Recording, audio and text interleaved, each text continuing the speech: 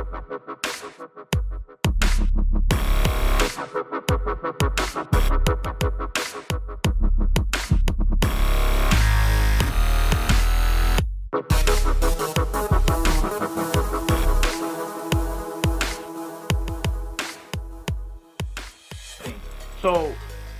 as a trustee, you don't want to lose that. So it wasn't like angry grappling. It was like I was telling these people that I was going to be a pro when I got out of jail and that I was going to take my fighting far.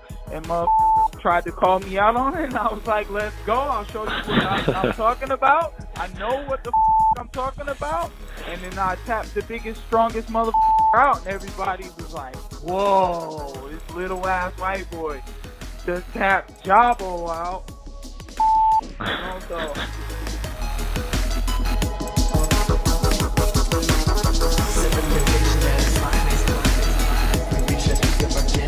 Are you excited about it all?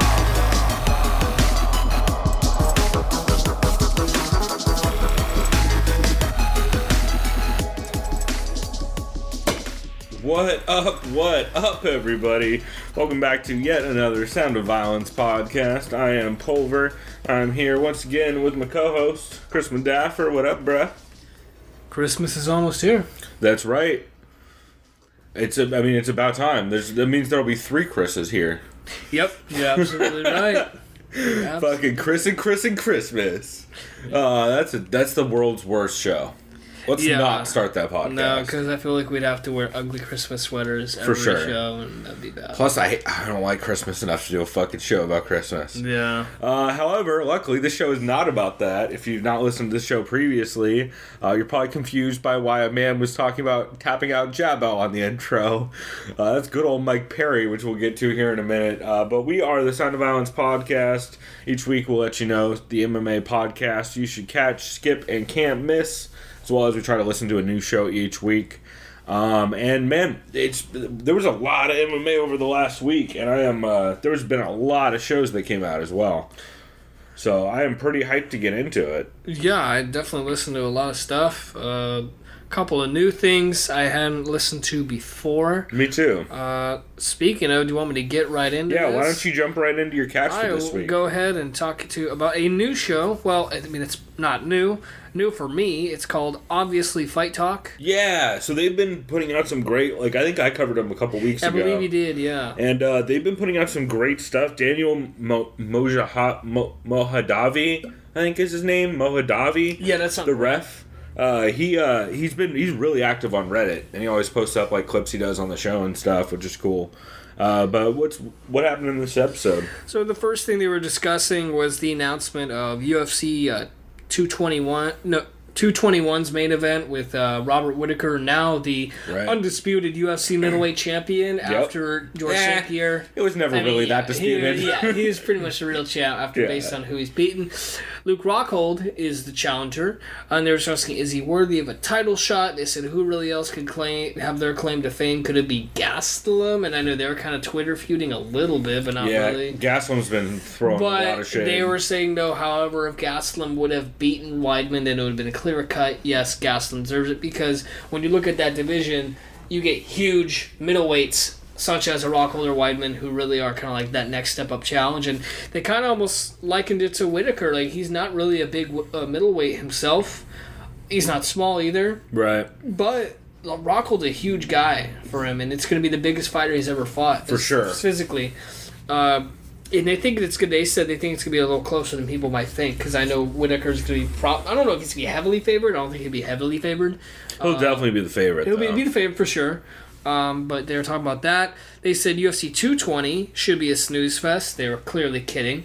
Right. For a second, I was like, wait, what? Oh, right. Yeah. They said it's going to be a crackerjack of a card. Yep. They said Stipe brings a lot to this fight. It's exactly how British... Irish? They're Irish, if I remember. It's exactly how Irish... they would describe it. Yeah. I feel like the Irish use the word crack so much in their vocabulary. We're like Paddy fucking Houlihan. It's going to be a crackerjack of a card. Stipe brings a lot to this fight, and it's unfair to overlook him because of Ngannou's power. Yeah, they're going to have a crack. We're just having a crack at him. Yeah.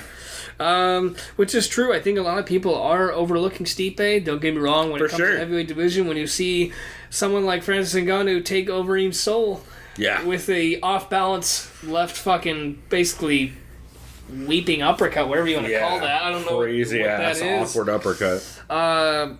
Yeah, so I could see why Ngannou will be the favorite. There's no doubt in anyone's mind, probably. I mean, it's weird that it's still weird to me that he's the favorite, being so unproven. But that's how hype lines work. So.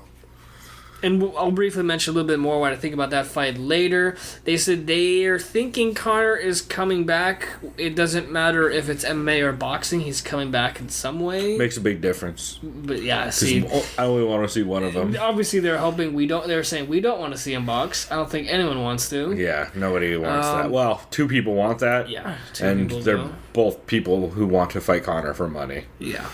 They said Joanna is blaming her loss on a poor weight cut. Why would she also, out of the woodwork, decide to get rid of her nutritionist? She should have, instead of just blaming it... Well, she's not blaming her loss. Well, I guess she is... I don't know if you'd say she's blaming her loss on her nutritionist. She's definitely throwing a lot of shade at him. Yeah, if she was going to do this, she should have done it pretty immediately after she lost. And she threw a lot of shade at Ray Borg when Ray Borg left Perfecting Athletes, but she was like, oh, fucking Ray Borg needs to stop eating or whatever. But I heard her weight cut was really fucking bad. Like, I heard it was a 14-hour weight cut, which is not... That, you fucked up if you have a 14-hour weight cut. Because if I remember, she did look off in the fight. Clearly, I'm giving credit to Rose. She had the perfect game plan, but when I watched it, I kind of thought Joanna looked a little off. When Joanna was the last one to weigh in, and she did not look good at the weigh-ins. Yeah. She literally waited like about a minute or two before. Definitely, they think, though, they said she lost because she underestimated Rose. I agree. I think that's part of it. It's part of it. I think it's not flat out like that's it. It's not verbatim. That's just the whole thing. You know? I liked Mike Perry's take where he said Joanna Champion was just working out and doing fucking bodybuilder exercises not using traditional old school while fucking Rose is just punching and kicking. Yeah, and grappling and chopping wood and punching shit, as Mike Perry called it this week, which is a great way to describe training. Yeah, so they basically just amounted that it was bad timing to announce the departure from her nutritionist. She should have done that sooner. They talked about Marlon Moraes. Is it Moraes or Moraes? I don't fucking know. Marlon Moraes. Marlon Moraes' impressive victory. Knockout victory, brutal knockout victory over Aljamain Sterling. Yeah. They said that was just kind of more or less Aljamain didn't really set up the takedown right. Yeah. And he was so far out when he went for it. And they said Brandon Schaub, they said, of course they know, Brandon Schaub is going to be saying, I've been talking about Marlon Moraes for years, which is a good point. I mean, I guess. No, I don't know if he has. I don't know if I've ever heard him say Marlon Moraes. No, but they're saying like he will say that on his next. Like I've been talking about it for years. Like that was their point. Like they're kidding. I think it'll go a lot more along the lines of people are sleeping. Oh yeah, just like I don't know why I made him really Mexican out of nowhere. Orale, everybody's sleeping on Marlon. He is called Big Brown. Hey, they call me Big. I forget what brown is in Spanish. Grande Moreno. Yeah, they call me Grande Pendejo. Pendejo. Same thing. Yeah. They said Brian Ortega is the fresh blood who's the real deal now. They hope Cub Swanson gets a new deal. I think we all do. Even though they said not technically, it's a fact. Cub did deny the initial deal Dana offered him, and he said, I want a better deal, so it's fuck. Now that he's a free agent, hopefully it doesn't kind of bite him in the ass a little bit. Well, actually, no, it probably won't too bad. I mean, he's not going to get paid crazy, but I bet, like, Dana yelled at him in the cage, like, hey, kid, let's make a deal. Yeah. Oh, yeah. So, like, Dana definitely wants to re-sign him. The question is, though, how much money is Endeavor willing to throw at it? And they said, what's next for Brian T-City Ortega? I agree with this. They said Jose Aldo should be next. They think that'd be a great... If Jose stays at featherweight. Jose is a great option, and I heard a show I'll talk about later also mentioned Ricardo Lamas is a fun fight. And if I remember what show it was, I'd listened to, I think it was today or yesterday, talk about Jose fighting at lightweight. I'll have to remember what that was. Oh, I just listened to that today. Yeah, but they brought up a lot. There was one matchup that made so much... Lou Thomas promotional about yeah, that's what it was. Yeah, there was because one everyone, some idiot in the comments was like, "Oh, Jose Aldo's too small for 55." Yeah, some moron. Luke's like, "What the fuck? No, No, he's a I mean, big yes, he's featherweight. small compared to some 55ers. He's small in height. That's it. He's but- short. Yeah, well, he's short. and he's not cutting small. from like 200 like some of these savages. Yeah, James fucking Vick, Tony Ferguson. Tony Ferguson. Almost, They're yeah. looking at all you guys. Khabib, who was 190 this week. One thing they brought up, and I am very glad I watched this fight, but it wasn't a disappointment, and I'll tell you why. I watched the boxing fight, Vasil Lomachenko versus Guillermo Rigondeaux. Yeah. The first time ever in boxing history two Olympic gold medalists fought. Holy fuck! Only looked like one of them fought. Yeah, It was a goddamn I've heard of Lomachenko. savaging. I know he's still young. He's like 29.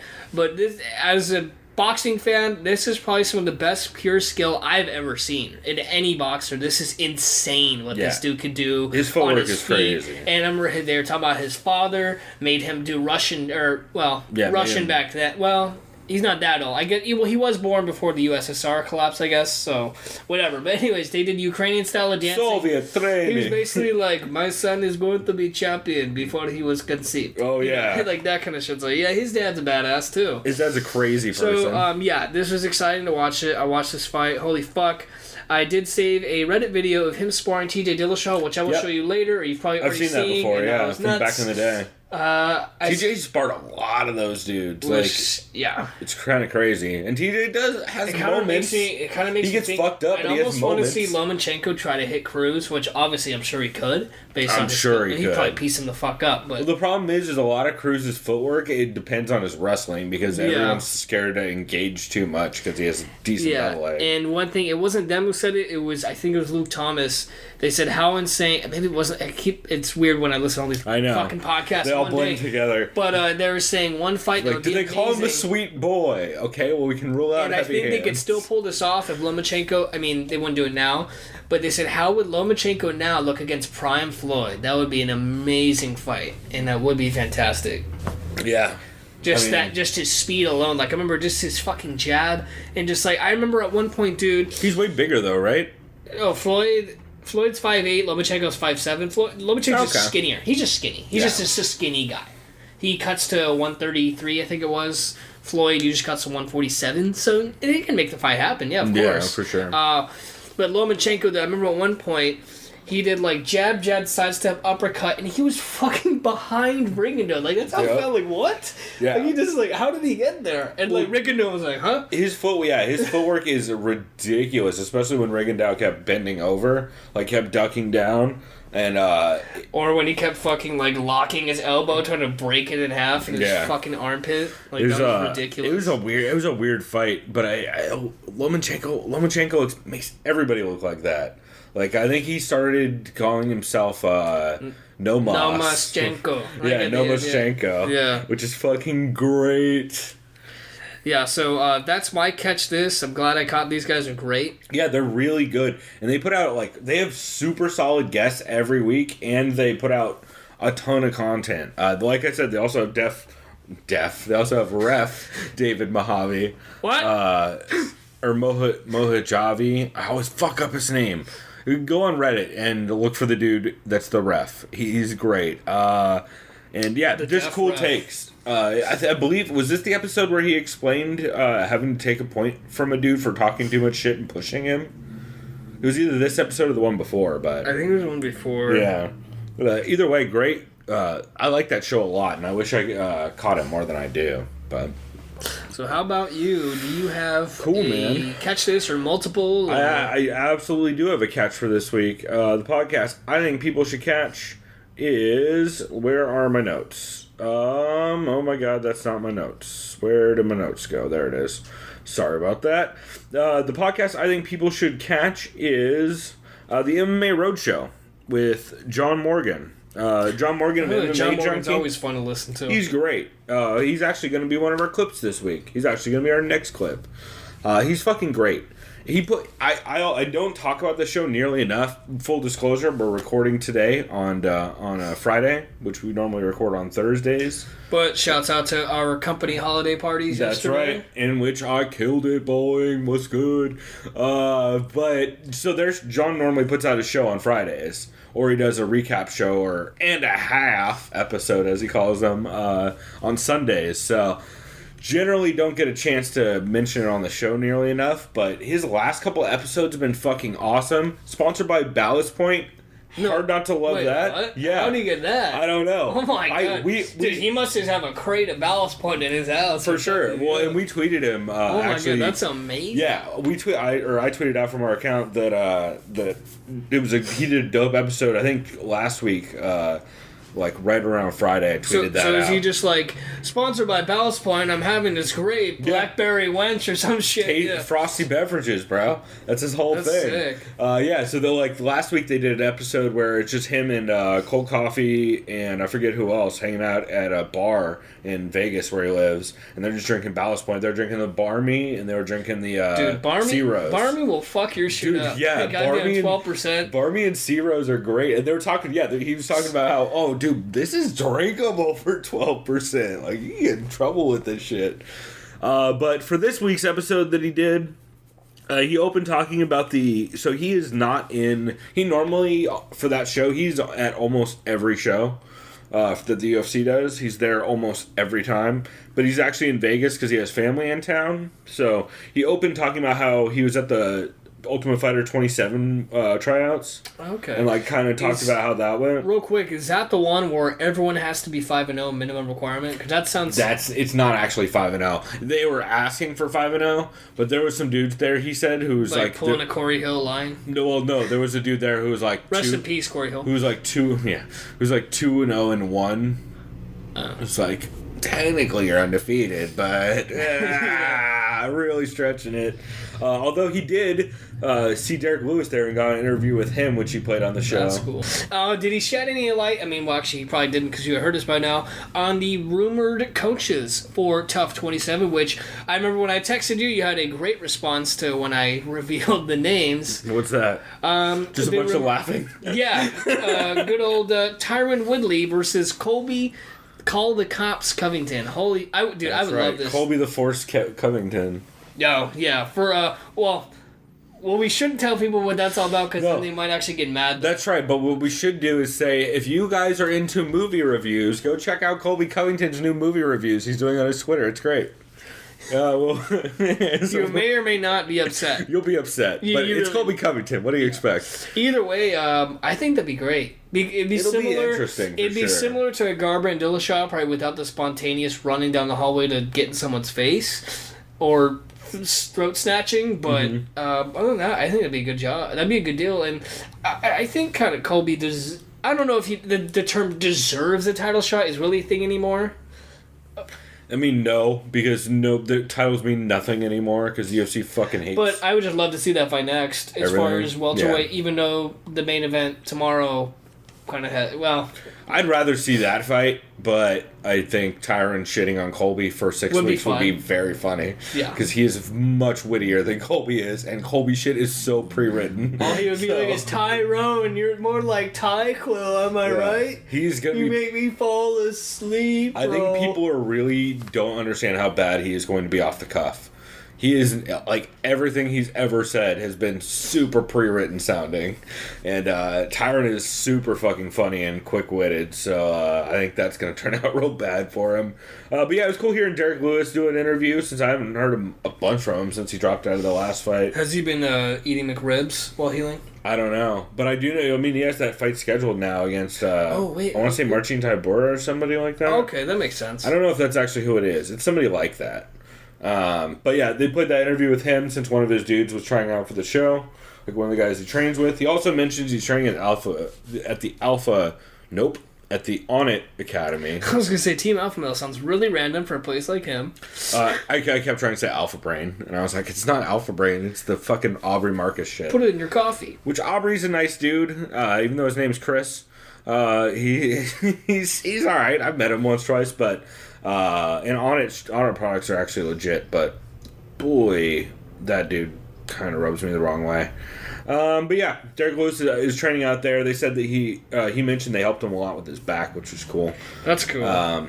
Which makes sense because I'm sure they've got all kinds of crazy shit like reverse hypertensions and basically everything you'll hear Rogan talk about in a future episode on this show.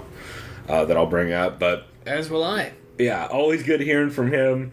Let's see. They also talk a bit. John. So John, after that clip, talks a bit about going to the media luncheon for the Bellator tourney, which had Rampage and Chael at it. Oh, is that where they made the 10? Shitty bet. It's not even a bet. I know it's bullshit. But Rampage is like, for every takedown you get on me, I'll give you 10 grand. Yeah. He's like, but is this just a one-way bet, Rampage? What's going on here? Chael just going. Where's the underlying consequence for me? Yeah, Chael going full Chael on it. But yeah, he actually played an interview of him with Rampage, and Rampage just doing classic Rampage bits. And then he throws to Cold Coffee, who's his co-host, along with let's fuck up I've read this dude's name a million times. I've never said it out loud. Chamatkar. Hamadkar. Wait. Chamatkar. So clearly he's Indian. Yeah, he definitely is. Sandhu. So Chamatkar Sandhu. Yeah, so Sandhu is a dude who's great. Sandhu, yeah, he's great on Twitter, and he's recently moved to Canada. So John threw to Cold Coffee, him, and Mike Bond, who are all actually up in Winnipeg right now, freezing their ass off because it's fucking the middle of winter in Canada in Winnipeg. It's probably at least guaranteed -10, something dumb. Well, it was -30, but that's Celsius. Oh Christ! That's Celsius though. Yeah, so that's like, that's 0. -30. Oh no! I'm wrong. Around no. -30 is -30 Fahrenheit too. I remember that. No, I don't think that's how that works. I think that's where it meets. Okay, then maybe maybe it wasn't -30. No, because because 0 Celsius is freezing. 32. Right, 32. Yeah. Fuck. So if it's -30, then that's it was probably. There's no way. Yeah, because that means it would have been -30 Fahrenheit. Which is I'm fucked. real bad at fucking conversion. Trust me, when I was in the Netherlands last year, I was always confused when I asked someone, "What's the temperature outside?" Yeah. Oh, it's really warm. It's like 25 Celsius. And I look it up, that's like 69 degrees. I'm like, I mean, that is warm for the fucking Netherlands. It was 70 degrees. Yeah, you know what I mean? But yeah, so they throw to them, and they play a bunch of interviews they did during Fight Week. Like Mike Bond did an interview with RDA. They also played the interview they did with Robbie, who is hilariously dismissive as usual. Just like fucking not wanting to talk about fighting. Like every time he ever does an interview. And they actually brought up to him the never attempted a submission stuff, and he's like, "Yeah, that is so crazy. I'm just not into it." Let's see. Oh, they mentioned a crazy thing. They mentioned is that Petro Menga was thinking about trying out for the 145-pound division and for Tough 27. Is he the guy who was supposed to fight Tim Elliott? Yeah. So not only does he not fight Tim Elliott, he also now didn't get a chance to try out for Tough 27. So this is confusing.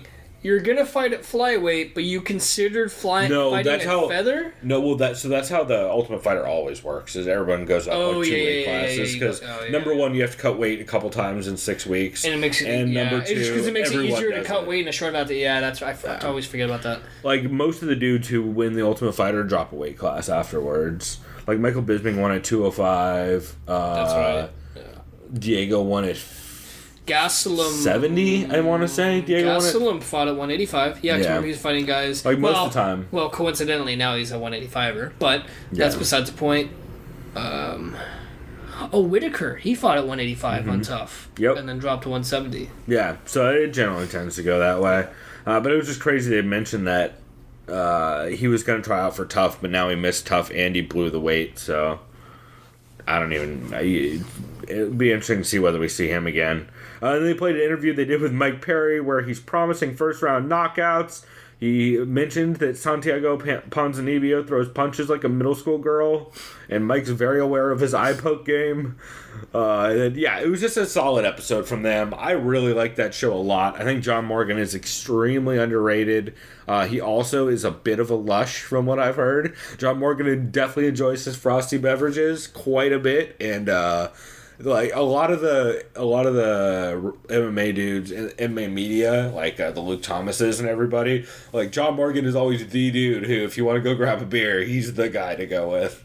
I think Breen and Mike Bond, I've heard shout him out a bunch for that. I always remember a submission radio that they did live at, actually it was at a brothel, I think in Australia, some weird place. I had like an actual brothel. It was pretty great. And that checks out. And John Morgan was there. He seems like such a cool guy to talk to about MMA. Yeah, John Morgan's great, and he's super nice. He thanked us on Twitter for giving him a shout out because the show was great. So Nice dude. So I wanted to give him some love because I really liked that episode. But speaking of episodes that we liked, why don't you get into one that you didn't like this week? Well, Who do you recommend people skip? I hate to say this because I love this podcast so far. Talkin' Talker 17 is my skip of the week. However, it's mostly because DC wasn't there. Apparently he was stuck on a flight. Yeah, I saw that, yeah. But it was still entertaining, I'll tell you that. Dennis Millar, I just totally confused my notes. It says Dennis Miller, but it's Millar spelled different. So I was like, those are two very different people. Hope he wasn't on there. Dennis Millar and cold, Nick, babe. who's the main co-host, went to Mexico again, at Puerto Vallarta again, of course, and they went back to the casino that they got fucked up at about a couple months ago. Checks out. One of their friends, I think it was Millar, he was so drunk, he kept asking the bartender, I want banana, yo quiero banana. So every time they go back, the bartender was like, hola, Mr. Banana, Senor Banana. And then, that's where Mr. Banana came from. Yeah. I saw that in the show notes. I was like, what the fuck is that? Is that a weird Arrested Development reference? Oh no, it was their friend Brian, who's 6'2", and then the bartender was like, over there. He pointed like a bunch of dudes and said, you can go get a banana over there, or something like that. Great.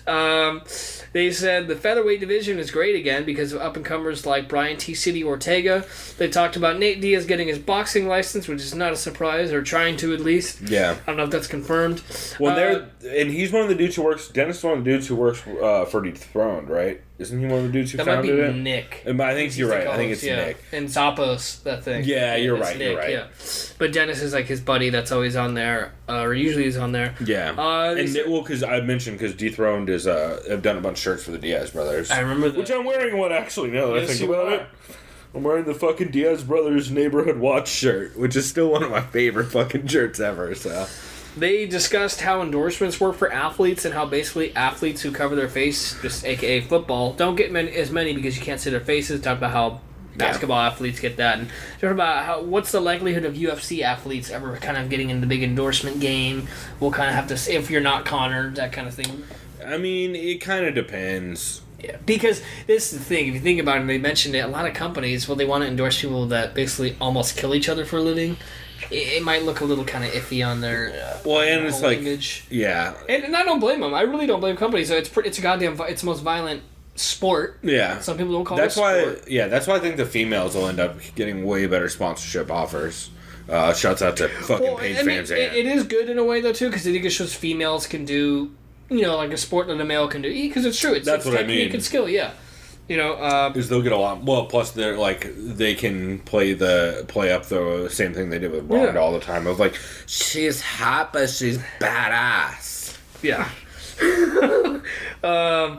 They went off topic. They discussed some NFL stuff. Teams hiring actors as fans. Shouts out to the LA Rams and LA Chargers, of course, because as I've been saying before mentioned, no one in Los Angeles cares about football. I'll say this a million fucking times. Because it's all about the Lakers, it's all about the Dodgers, and college football. No one cares. That and no one's from LA. So no one's from LA. If they Why do you care think about it didn't football, work here? Why do you think it didn't work here in fucking San Diego? It's because no one is actually from San Diego either. At San Diego State, every fucking year in the beginning of class, everyone's like, "Oh, I'm from Arizona." No, watch. I always remember in class. As a show of hands, who here is from out of town? Fucking 80%. Where are you from? I'm from San Francisco.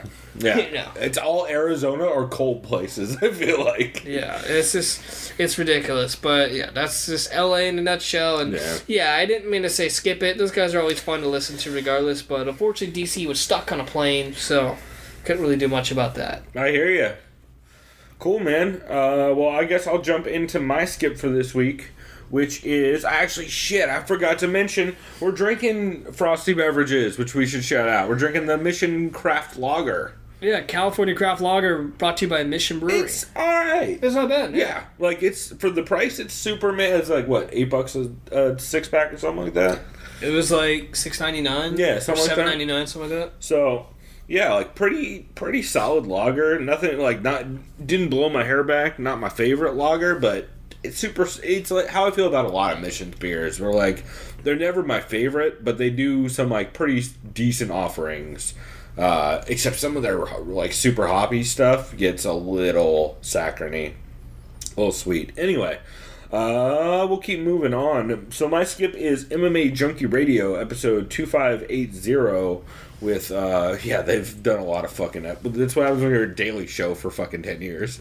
With Lamas Felder and Glover as guests.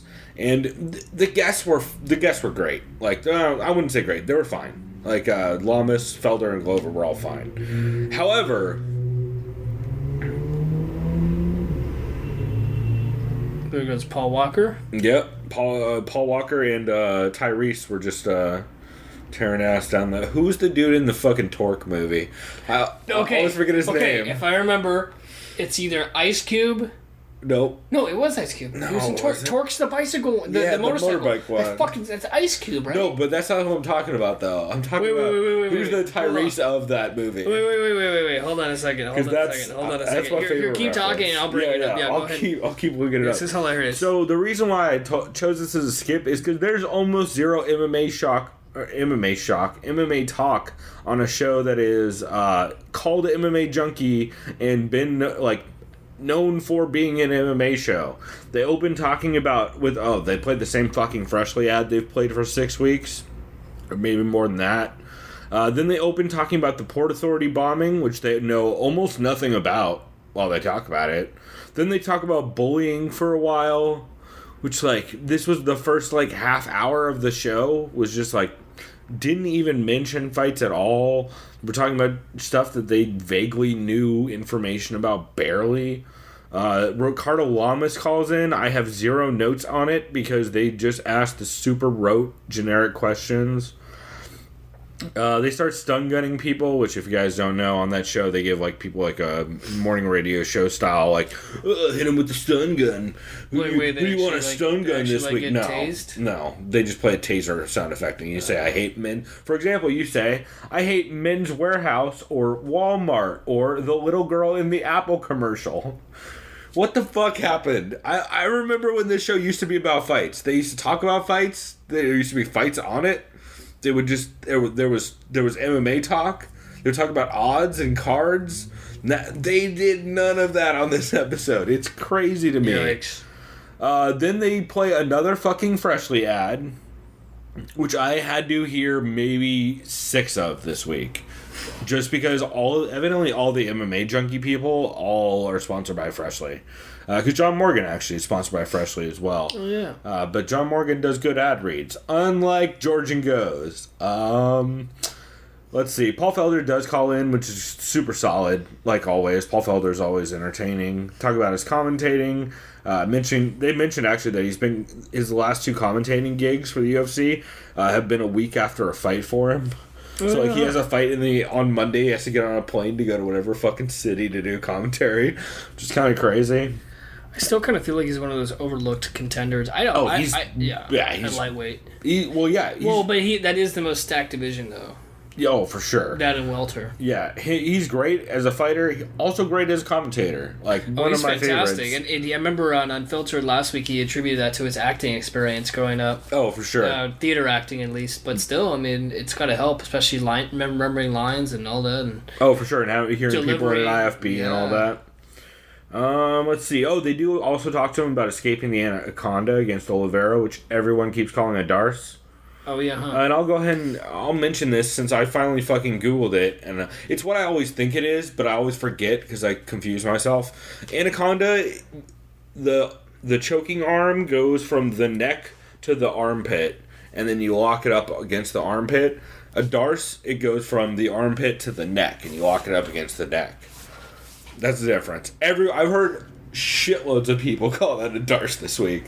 Which is, I mean, I guess it's acceptable. None of them do jiu-jitsu, and I don't either. By the way, to interrupt you asked me, who's the Dane Cook of the movie Torque? No, I said who's the Tyrese. But so the reason why I said it's because Dane Cook was in it, so I imagine that's him. That's gotta be him. No, it's a black dude. Oh, then it's this guy, Gichi Gamba. That is not who I was thinking of either. I don't know. Who am I Faison Love, who played Big Worm in Friday? It's not him. So who the fuck? I don't know. This is the top bill cast, bro. I mean, when you say I thought you mean like side character, but Maybe I don't remember the movie Torque, you guys. It's the one. It's this shitty fucking movie where it's like an old biker gang and they try to go after Ice Cube or the white guys that make. Oh yeah. You know, it's this movie's. It's rated PG-13, of course. I wish there was a fighter in that movie. Yeah, just look like how bad this is. This is so stupid. It's this guy. That right? guy. Yeah. That's that guy. Whoever that dude is. Yeah. Oh man. Anyway. So fucked. Yeah. So I mean, the only other things to mention about this episode of MMA Junkie, getting back to it, this is where the clip that you've probably heard a lot of quotes from of Paul Felder saying he doesn't want to be in wars like fucking Gaethje and Alvarez. He's not interested in that shit. And then Glover calls in. George has some backhanded questions for Glover about like, oh, so how are you going to feel about your career if you don't end up winning a belt? And like just weird fucking questions. We're like, bro, any kind of research would really kind of help. And then they talk about a bunch of fucking football results at the end. So I don't know what the fuck, man. I don't understand what that show is anymore. Like, it used to be about MMA. Yeah. I don't know if they're getting programming notes not to talk about MMA. I don't know if they're just tired of talking about MMA. So they've done it for 10 years. I don't know. But it's driving me nuts. And it seems like it's mostly George who does it. George just goes off on tangents. I'm like... It literally pulls me out of any kind of... I don't listen to that show at all unless there's a decent guest at this point. Because... I can't hear George talk about, like, oh, I heard there was a bombing. Let me just speculate randomly about how it's terrible for 20 minutes. You're like, yeah, great, bro. You know nothing about this. All you're doing is saying super generic, like, hey, bullying is bad type shit. And they talk about the Keaton Jones. Yeah, exactly. Yeah, it's like, what? Yeah. None of any of that was at all fun or interesting. So I was just, it bums me out because I used to really like that show, and I still do sometimes when they get good fighters in the studio, especially like Kevin Lee's great on that show, Joey Diaz is great on that show, Stitch is great on that show, Dominique Robinson's great on that show, but like sometimes George just gets super off topic and it drives me nuts. So. That being said, we constantly get off topic. We're just talking about Tyrese, and for the fucking movie Torque. So maybe I shouldn't be that harsh on it. But yeah, I don't know. George just bugs me sometimes. So that was my skip for this week because they didn't talk nearly enough MMA for it to be anything else. But why don't you get us into an episode people cannot miss this week? My can't miss this week, and let me pull up. It probably is the same as your can't miss, maybe. I bet it's not, even though it was a close second. Yeah, it's probably not. I mean, I almost picked it. Yeah, mine for me, I guess. I mean, I was thinking another one was Joe Rogan's MMA number 5. Yep.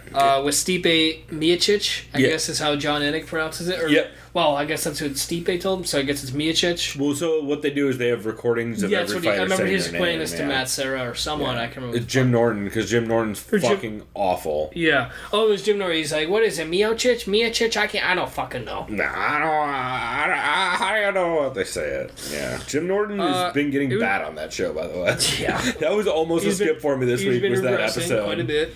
It was real close. Stipe said it's the first time he's ever been in a studio for a podcast recording. Yeah, which is hilarious because he's awkward, but he's he was like, I'm nervous right now, Joe. Yeah, he's real twitchy and weird, but he just kept going like this. Still great. Also, my notes just say JRE MMA Show 5 Stipe or Stipe immigrant mentality cocksucker. Stipe.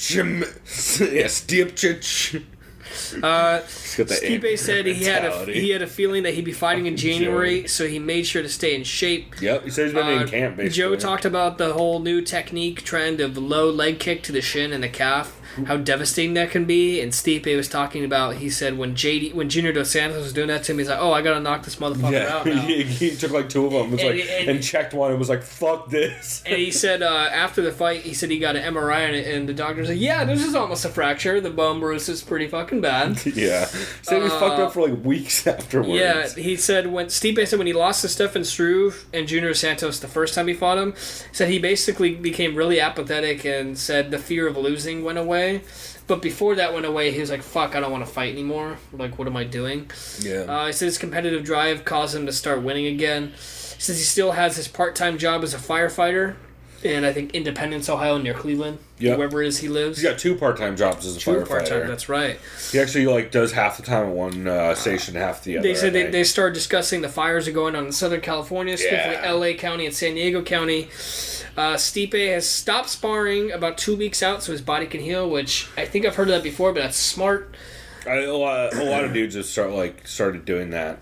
Or at least like a week out, they don't spar. Joe starts pulling up videos and photos of cupping of the skin, which we've seen a lot of Olympic swimmers do. That's such bullshit. I've had cupping done. You've had it done? How does that work besides they just heat up fucking cups and put them on your back, and they're like first off, what is it? It just pulls up your skin, right? Yeah, it does nothing. So it does nothing. Well, here I'll walk you through what happened. So because I've had acupuncture, which Joe called bullshit, but I feel like Joe likes to just ride on that conspiracy train. So the place I got cupping done also does acupuncture. Okay. Also, she's a fucking crazy hippie because about 5 years later, I ended up dating. Did she stand on your back with her bare feet and like claw you with her toes? No, like that crazy kind of hippie. No, but I did end up dating her boyfriend's daughter later in life. Dated her boyfriend. That's new. Yeah, no, dated her boyfriend. How long ago was this, when you got the cupping? So I got the cupping. So I had a really bad cough in like 7th, 8th grade, and my mom. So this before cupping was like mainstream, probably, right? Oh well, it was around. Well, it's probably always been around. Yeah, but my mom's a giant fucking hippie, and loves all kinds of fucking dumb hippie shit. Shouts out to moms out there who are hippies. Yeah, there's lots of them, and they'd be better if they weren't. But my mom's a hippie without the weed. My mom's like a hippie that's just everybody just being nice, but I'm gonna be a cunt all the time. So anyway, so I got cupping done because I had a bad cough. Right, my cough did go away. However, I don't think that has anything to do with the cupping. I think it just happened to go away. Yeah. But, yeah, so the cupping, I don't buy any of that bullshit. I mean, like I said, this lady also does acupuncture. She also does, like, fucking a bunch of other generic, like, not therapies. And, again, she is a goddamn crazy person who was dating chicks. So I was dating this chick, and she was dating that chick's dad. I found out later after I started dating her. And, found out she's also much crazier than I thought she was just from the cupping. So imagine. Yeah. Which actually leads in well, because they talk a lot about chiropractors, which are equally fucking sham Yeah, I'll artists. tell you this. I haven't had a chiropractic adjustment probably since 9th grade. So 11 years ago already, and I mean I've never had any health issues. I mean the only health issue I really have because it's fake. Well, the only health issue I really have right now is from the chiropractor adjustments. Yeah, right? Yeah, my back still hurts. Fuck. Seriously. No, it's my wrist still hurts. That's because I did boxing a couple months ago for a little while, and I just had shit technique throwing hooks. Yeah. You can fuck up your wrist real quick. My chest cavity still underneath my collarbone still hurts. That's because I almost nearly broke my collarbone in half snowboarding almost 3 years ago. So it's gonna have a little lasting effect. So there's that. They talk about how massaging kind of still just gets the kinks out. Yeah, massage is a legit form of therapy. A legit form of therapy is not whatever, like Rogan talks about the crazy fucking history with chiropractors. I just remember the only thing I liked about chiropractor stuff or chiropractic practices, what do you fucking call it, is that chiropractices, yeah, that's what they call it. There's this like little gun thing that they have. They like stick in your back, goes poof, and it hurts like a motherfucker, but it kind of just aligns your nerves differently. But other than that, I hate that. Sounds like good science right there. Know, right? Yeah, it's fucked up. You just kind of tweaked his vertebrae, he'll be fine. It's just made it worse. You gotta go get MRI, shit like that. Yeah, don't go to a chiropractor. Or go. Yeah. I don't care. But. I'll move on. Stipe talked about how awkward it was when he knocked out Verdum. It wasn't awkward that he won. It was awkward how dead silent it was, and all he could hear was himself yelling, "I'm the world champ! I'm a world champ! Yeah. I'm world champ!" And he's just like, "Wait, what?" Like no one was talking. He said no one was cheering except for him and his 15 relatives that were there. Yeah, and they got all nervous at first. Yeah, they're like, "Oh shit, we probably shouldn't be cheering." And there's a bunch of other stuff they talked about, like tornadoes in Ohio and generators in his house, and how great his wife is, like calling up all the insurance stuff because he doesn't know how to talk to people like that. Like, I don't know how that shit works. We'll just fix things or try to, and that's it. So it was cool. A lot of fishing and hunting talk, stuff like that. Yeah, it was cool. I like Stipe a lot, and best of luck to him. Obviously, we'll be talking about him again soon next month up to his fight in boxing against Francis, the fucking monster Ngannou, really. Yeah, the Predator. And it was cool hearing Stipe talk about that fight. How he's just not like he's not dismissive of it, but he's just not. I would say, as far as like an early fight preview, I really do expect Stipe to just fight at range with his good boxing skills. I think he's gonna wrestle the fuck out of him. And that too. People forget what he did to Mark Hunt. It was I can't remember who it was and what podcast, but a week or two ago, it was Luke Thomas. He said Stipe Miocic, what else? Miocic. Literally almost has the pedigree of an NCAA All-American. He needs to go back to that because that's really his bread and butter besides his boxing. Yeah, when you look what he did to Mark Hunt, like people forget how he landed fucking 200-something strikes to Mark Hunt on the ground because he just got on top of him and punched him in the fucking head the entire fight. And if you think about it, who hits harder that's not named Ngannou? It's probably almost Stipe, really, as far as knockout power. He's up there. Derek Lewis is probably up there. Yeah, that's right. Anthony Rumble Johnson, of course, is the go-to. Vulcan is probably up there. Yeah, Vulcan could probably knock out some heavy Vulcan's been killing motherfuckers. He damn near killed Misha, who's fighting this weekend. So. Oh shit, that's right. Yeah, pretty crazy, but yeah, it was a good episode. It's a great intro. Like, if you have not heard a lot of Stipe do interviews, this is a great episode to jump in on. It's like an hour and a half or something like that. It's not a crazy long 3-hour Rogan podcast, but it's a great way to get to know Stipe. I heard some people complaining about his slurring on the YouTube comments, which is like, yeah. I think though it's just because he's from Ohio. I think it's just his voice, or I don't even call it accent. It's just the way he talks. And I honestly a little bit feel like most of the people from Ohio I know. Oh, dude, Cody Garbrandt sounds like that too, kind of. They all kind of have a little bit of a drunken slur. Like, I'm from Ohio, you know, and kind of just like to fight. Yeah, kind of like that. Yeah, kind of like it's like a drawl. Yeah, they all have kind of a weird slurry drawl. Like Brian Redband and Young Jamie from Rogan's podcast. Honestly, you could probably call it just like an Ohio accent because every state has its own accent. It's weird, like it's subtle shit. Yeah, and the only people who could really tell are people from there. Yeah, clearly, it's like a lack of pronouncing. It's like it's weird. Like in California, it's like. We talk how we do it now, but sometimes the California will come out and you do like, dude. Bruh. You know, like that's like the stupid. Yeah, that kind of shit, right? Yeah, but then you go to New York. Yeah, you go to New York or just the state of New York. People in Buffalo sound nothing like people from New York City or City or even Long Island. You can tell the difference in Chris Weidman's accent compared to someone like. No, Aljamain's from Long Island too. Fuck. But you know what I mean? There's someone from typical regular New York City compared to Long Island guys. Even Jersey, like, Frank Yeager sounds different than those guys. Philly clearly sounds different. It's just so many interesting things, and it's a trip. For sure. Yeah. But great episode though. But yeah, I just saw some people mentioning that. I was like, I don't know I think that's probably just not knowing. Like, I feel like not a lot of people have heard Stipe talk much.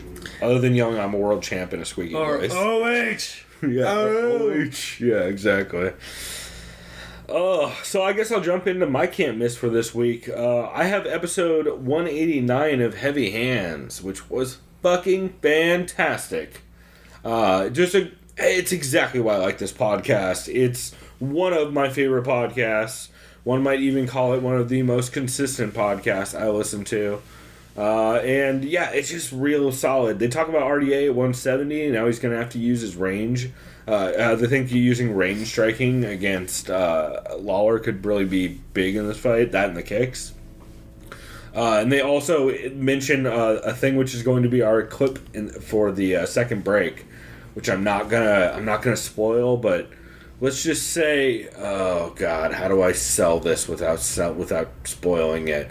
Let's just say there's a great Final Form reference, and it's real solid. We'll talk about it after we play the clip and that, and you can comment on it. But they also Connor had some fucking killer lines in this episode. Connor talks about his thick boy, Dos Anjos, and he describes Dos Anjos as a bunch of miscellaneous wooden parts stuffed into a skin bag. Just the weirdest way to phrase it. Some Buffalo Bill shit. Exactly. Like, I think it was this week or last week also, he said something along the lines of, oh no, it was talking about the Loma fight. It's like, every time he bent over, he would just have his way with him. Just some great choice quotes from Connor in this. Let's see. They talk about Ponzinibbio versus Perry. Connor does point out that, let's see. Oh, he points out that the strike stats for Ponzinibbio and for Mike Perry, they both land around 4 strikes and take around 4 strikes on average. Oh, wow. Like an average of 4 strikes landed to 4 strikes taken, however that fucking stat works out. Or per minute, I'm guessing is what that is. So they pretty much take one to give one every time. Connor also informs us that the Mike Perry's power is contained in his teardrop tattoos. And they for a while, this is one of my favorite bits. I really maybe should have pulled this for the clip, but the other one's funnier. I don't know, they're pretty close. They daydream about the greatest real estate team in all of time, Al Iaquinta and Mike Perry, and how they would be the fucking best real estate team ever. So Mike Perry would just like rob showing the houses. So he would rob the house, and then Al Iaquinta would flip it. Exactly. I just thought that'd be hilarious. Like, I'd love to see Mike Perry in a white like suit jacket trying to sell a house to somebody. It seems like the best TV show. Yeah. Fucking Al Iaquinta and him need to get on that stat. Oh, let's see. Pat does. So they talk about the Ortega win. And they mentioned that he hasn't really, on any of their scorecards, which I believe Zane Simon pointed out on Twitter. He's never really led? No, not Zane Simon. I'm sorry. Evil Greg Jackson. Phil McKenzie from MMA Podcasts. He's never really led, right? They both point out, they've just never scored a round for him.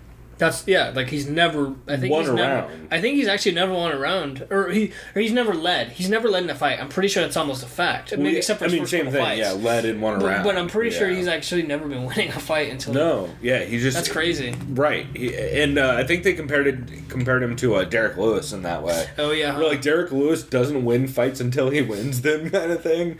Like, he'll just be getting taken down and decide, like, I'm done with this, and just fucking mollywop a dude.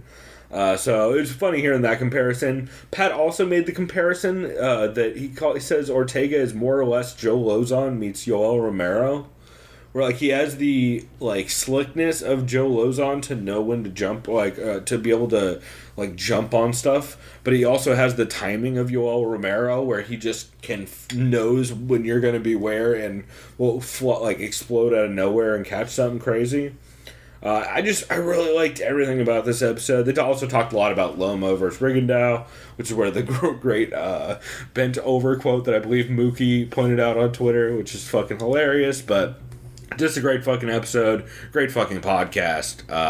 One might call it one of the best podcasts of 2017, which we will talk about later. But yeah, I just really enjoyed it, and I highly recommend people check it out. Let's see. Did you have any new shows that you listened to this week apart from the obviously Fight Talk? Yeah. Let me look it up real quick. I believe I can jump into mine first if you want. I got 2 of them. Yeah, if you'd like. So I listened to the Warman Kickfighting Show, episode 259, which, if you guys don't know, is hosted by Stephen Warman Thompson. Nope. Stephen Warman Wright. I knew he had the same name as someone else, but I have a feeling Stephen Wright, who does comedy, probably doesn't know anything about kickfighting. So he is, of course, the striking coach formerly for Johnny Hendricks, and he is recently signed on as the Glory U.S. Talent Scout. He's the dude who Luke Thomas included him in his breakdown of Conor vs. Floyd. And he's a really smart dude. Luke always hypes him up for how good he is. And this show basically is a giant kickboxing podcast, which is fucking fantastic. He goes over all the crazy cards that happened, since there was a ton of crazy cards, kickboxing cards this weekend. There was 2 Glory cards, a Bellator kickboxing card, there was an Infusion kickboxing card, and there was a K1, whatever they call those, Chaos or something. I got it here somewhere. K1 Crush, all this weekend, which was pretty wild. So he goes through and he talks a lot about some of the fights that happened, like he recaps the Rico Verhoeven versus Sadiq card, and just really technical breakdowns of what strikes worked and why, and just really high-level analysis on all these dudes. Really impressive. He's one thing he did talk a lot about is how high he is on Nabiev. I'm probably fucking that name up. It's the guy who just got the win over Nicky Holskin. He says he's been watching him since he was a teenager, and he's really high on the dude. He also covers a lot of the Bellator kickboxing card, which had Joe Schilling and John Wayne Parr on it. Talked about some of the fights he saw from the Infusion tournament, which was like a one-night kickboxing tournament that some dude won and then evidently is now ranked like super high on the kickboxing rankings from, I forget what it's called, Liver Shot? Whatever, something with liver in the name that does kickboxing rankings. It's really good. Sounds about right, Liver Shot. Something like that. I have no idea, but it kind of makes sense. Yeah, something like that. And then he talks a bit about the Anissa win over Tiffany Timebomb at the Glory Card in New York. And he mentions that Tiffany did have a different corner in that fight than she did in the Chicago fight, which I thought was interesting. But just a really, like, I've always, it's hard to find good kickboxing content. Like, I know Glory has a podcast that's alright. It's super alright. It's got Joe Valtellini and, I always forget the name of the announcer, dude. I'm sure there's some Dutch people on some of those kickboxing things. Oh, for sure. I mean, they have guests on it all the time with that. But I'm trying to think of the announcer for, no, I don't know if they've had Boss, but anyway, it's a really solid podcast. But yeah, Stephen Warman, what is it? Warman Kickfighting Show is, I highly recommend checking out if you're all interested in kickboxing, because it is it's just super high level and technical, and that dude has a wealth of knowledge that I'm really excited to check out more of that show. So pretty hyped on it. What was your new show that you caught? Actually, it was only, obviously, Fight Talk. Oh, perfect. I had listened to... Well, I started to listen to another MMA podcast, which I heard before, but like only once. But yeah. I guess I didn't listen to it all. Because I think all the guy played was just audio interviews of Cub Swanson and Mowgli Benitez, Gabriel Mowgli, after the loss and the win. Oh yeah, they put out a post-fight press audio, and then I heard a good interview with Brian Ortega, which was solid to listen to. But other than that, I guess he didn't really have a podcast. Sweet. Well, I will cover the other one I listened to then, which is one of my new favorite podcasts. Bill Welker and Jeff the Animal Wilson host a podcast called MMA on the Rocks.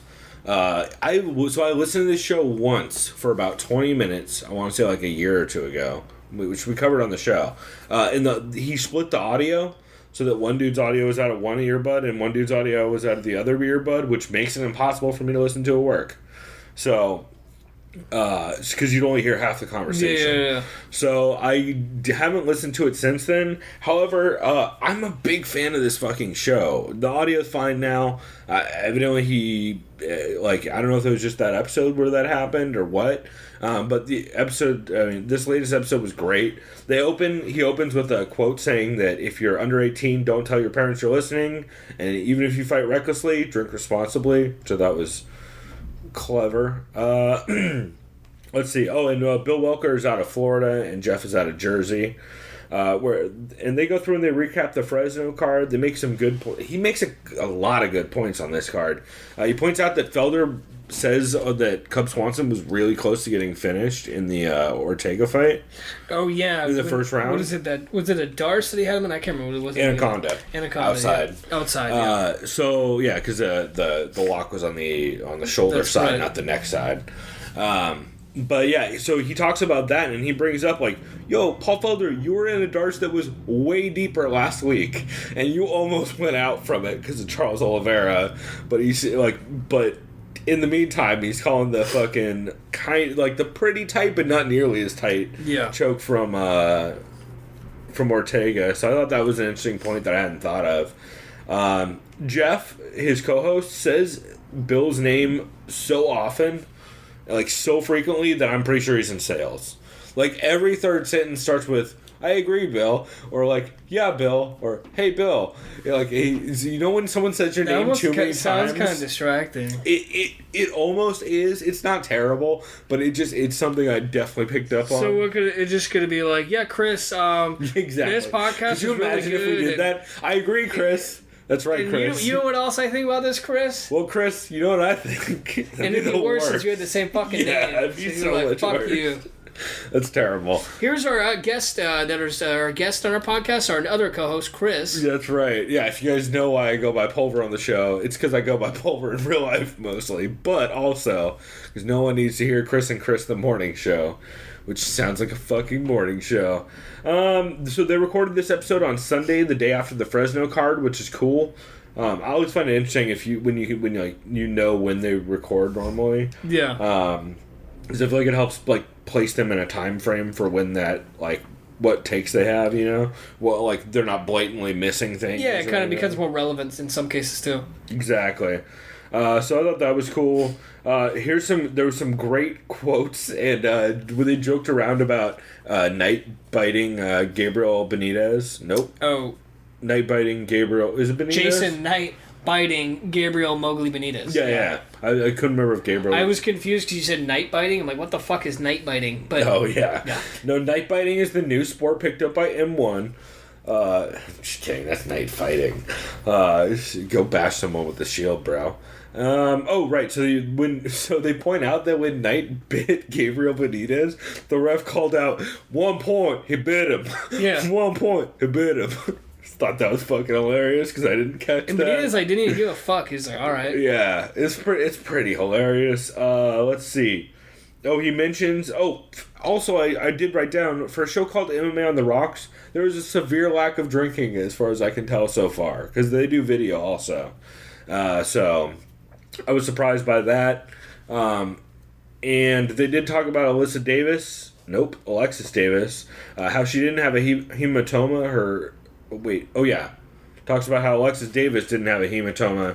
Her hematoma had a face. Yeah. Because it was fucking aggressive. Bill makes another great point in that they named Ronda Rousey for the first time in the 219 promo. By name, they said Holly Holm, the woman who beat Ronda Rousey. Which they never used to do that shit. He questions whether or not it's her decision to go to the WWE. And, them kind of throwing a fuck you to Ronda on that. Because, she's still under contract with the UFC. That's right. But it's different things, so they can't really do shit about it. Bill also makes a great comparison to Uma Thurman in Pulp Fiction when they shot her with adrenaline after she overdosed. Yeah. He compared that to when Luke Sanders got stopped, and then as soon as the ref stopped it, he just pops back up. What the fuck, bro? What happened? Thought that was hilarious. And what was the other? He had some other good point. Oh, no, his other good point was he is bartending a private party next week where they ask him to make pisco sours. So he gives his recipe for pisco sours, which I highly recommend people check out. And that's probably why it's called On the Rocks. He's a bartender, but they probably don't want to get too fucked up. I don't even know if he's officially a bartender. Or maybe not. I think they just knew he can make drinks, and they're like, bro, you want to bartend? He's a mixologist. Yeah, so if you guys, I highly recommend you go subscribe to his podcast to get his recipe. I have it right here on my phone, but I'm not going to say it because I want you to go listen to it. Or you can check out his Instagram, and he put up pictures of it and the recipe. But really cool. He did mention he rarely gets hangovers, but these gave him a hell of a hangover because of all the sugar. And he does also mention that he's drinking Jim Beam neat, which I take back my previous comment of him not drinking. Because also he called Jim Beam his comfort bourbon. That is... I won't call it sad, that's frightening. No, I'm on board, bro. Jim Beam is alright. I got some sweet Jim Beam Christmas glasses, because I got one of those fucking holiday Jim Beam bottles where they come with glasses. If I'm going to go affordable bourbon, give me some Bullet. That's not affordable compared to Jim Beam, bro. Well, Old Crow is affordable compared to Jim Beam. But I when I drink bourbon, I like to get some good shit. I like to either get that Knob Creek or the Woodford. Yeah, Knob Creek. Knob Creek, Bullet, and Woodford are all real solid choices. But I will fuck with some Jim Beam if need be. He does also mention that his co-host Jeff had a fruit nippers incident, which I guess is a kind of drink, and it turned out badly for him. I don't know what that means. I guess it's a reference to an earlier episode. I kind of want to go listen to all of fucking 74 that were before this just to figure it out. Yeah, that's interesting. It's pretty great. Jeff does mention that he drank the Sam Adams Winter recently, which is great. That's a good beer. Yeah, they always have good seasonals. I mean, yeah, it's like their chocolate bock, like a great solid offering from Sam Adams, but nothing special. But I do like that they specifically talk about the booze they're drinking. I think that's dope. And then they cover the Winnipeg show that's happening this weekend, and they're real hyped about the card. And they also mentioned that they're friends with the guys at Loaded Joe's podcast, who shows up a lot on MMAPodcasts.com. So that's probably going to be my my new show for next week's episode, but the one after that. So keep an eye out for that on episode 62. But, yeah, just a good, fun podcast. Talk about booze. Bill's, like, real clever and witty. His Twitter game is solid. If you follow him on Twitter, he's super funny. So I highly recommend checking it out. Cool. So, any other podcasts you need to take a piss, don't you? I really do. We'll pause. Go for it. I can tell. All right, now that Chris has taken a piss and returned, we will. I wanted to. Do you have any other podcasts you wanted to shout out other than the ones you mentioned? I know we both listened to 5 Rounds with Brett Okamoto, right? Yeah, that Mike Perry's story. Well, Brett, real good. It was entertaining as shit. If it wasn't for the first half of that podcast, that could have been a catch for me this week. Yeah, that would have been my. That almost would have been a can't miss. Yeah, it's real close. Mike Perry is great. I like Brett Okamoto a lot, but it's ESPN, and you know what it is? I know this, well, just as someone who used to watch ESPN all the time when I was younger, because I used to be a mega baseball fan. I would always be into baseball, that kind of thing, right? And ESPN, dude, they've always been this thing where, well, if anyone listening has seen ESPN now, the first thing you'll always see is the Disney Channel, the Ball family. Oh, right. Which, this is why a good buddy of mine quit watching the Lakers. Yeah, TMZ, ESPN, as they call it. He is no longer a Lakers fan, and I support that decision. But basically, they start off with the Floyd versus Conor talk in the Octagon, and I literally was like, fuck, out loud. I didn't even write that shit down, because I was like, what the fuck am I doing? They basically said there's no reason to see Floyd die in the Octagon. I mean, I guess. There's just no reason to see that fight. How about that? You know? No, there's no. But then they talked about, oh, wait, Brian Ortega's a stud, but he eventually does have to improve on the feet. I know he does like to pressure forward and he could take damage, but it is kind of a good point. He will have to improve on the feet vastly. Oh, for sure. He was getting lit up. I think Aldo would beat him right now. Oh, he would 100%. He would actually probably knock him the fuck out. 100%. Yeah. Aldo's takedown defense is fucking dynamite. Like, people forget how goddamn good that dude's takedown defense is. They talked about Cub bringing value to the gatekeeper role. This is the thing. They mentioned Cub doesn't want to be a gatekeeper, and I know he said that, but he also has said before he does recognize himself as a gatekeeper, but not, like, in a bad way. Yeah. And I think he, like, even mentioned after this fight that I don't know, maybe people are right when they say I can't get over the big, like, I can't get through the big fights, which is like, man, so like Cowboy.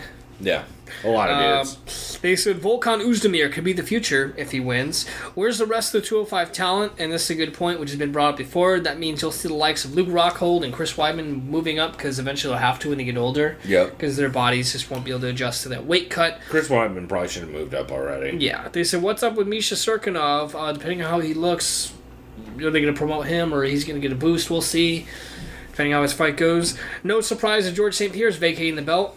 GSP held with the division by actually agreeing to fight Bisping initially, but he did the right thing in vacating. Yeah, that was a decent point from Brett, who's saying, like, everyone's giving him all these props for not holding up the division, but he 100% did for the last 6 months. Yeah. Because everyone knew that fucking Whitaker was the actual champ. And like, because remember 6 months ago, we were like, why is this fight happening? God damn it, but we do want to see it anyway. Yep. When it was a great fight. They said the only thing big fight really left for George St. Pierre is Conor McGregor, unfortunately, at 170. Which I have been calling for so long. The only reason... I want to see that fight. No, I really would. It'd be fun. I think it'd be great. The reason why things got fucked up at 85 is because Anderson popped. Otherwise, GSP would be fighting Anderson for the belt right now. Dude, I kind of like GSP's chances in a way. I do too. But also, that is the saddest title fight. That is the saddest 185-pound title fight I've ever heard of. That'd be the worst shit of all time. Someone named Bob Arum. I don't know who the fuck that is. Bob Arum is Shouts out to someone dropping some dumbbells on the floor. For real. Shouts out to my fucking clog dancing upstairs neighbor we call Stompy. Bob Arum is a boxing promoter who notoriously calls Dana a piece of shit and Dana calls him a piece of shit. And they're both probably right. They say Bob Arum thinks Dana needs boxing to, in quotes, save himself. Okay.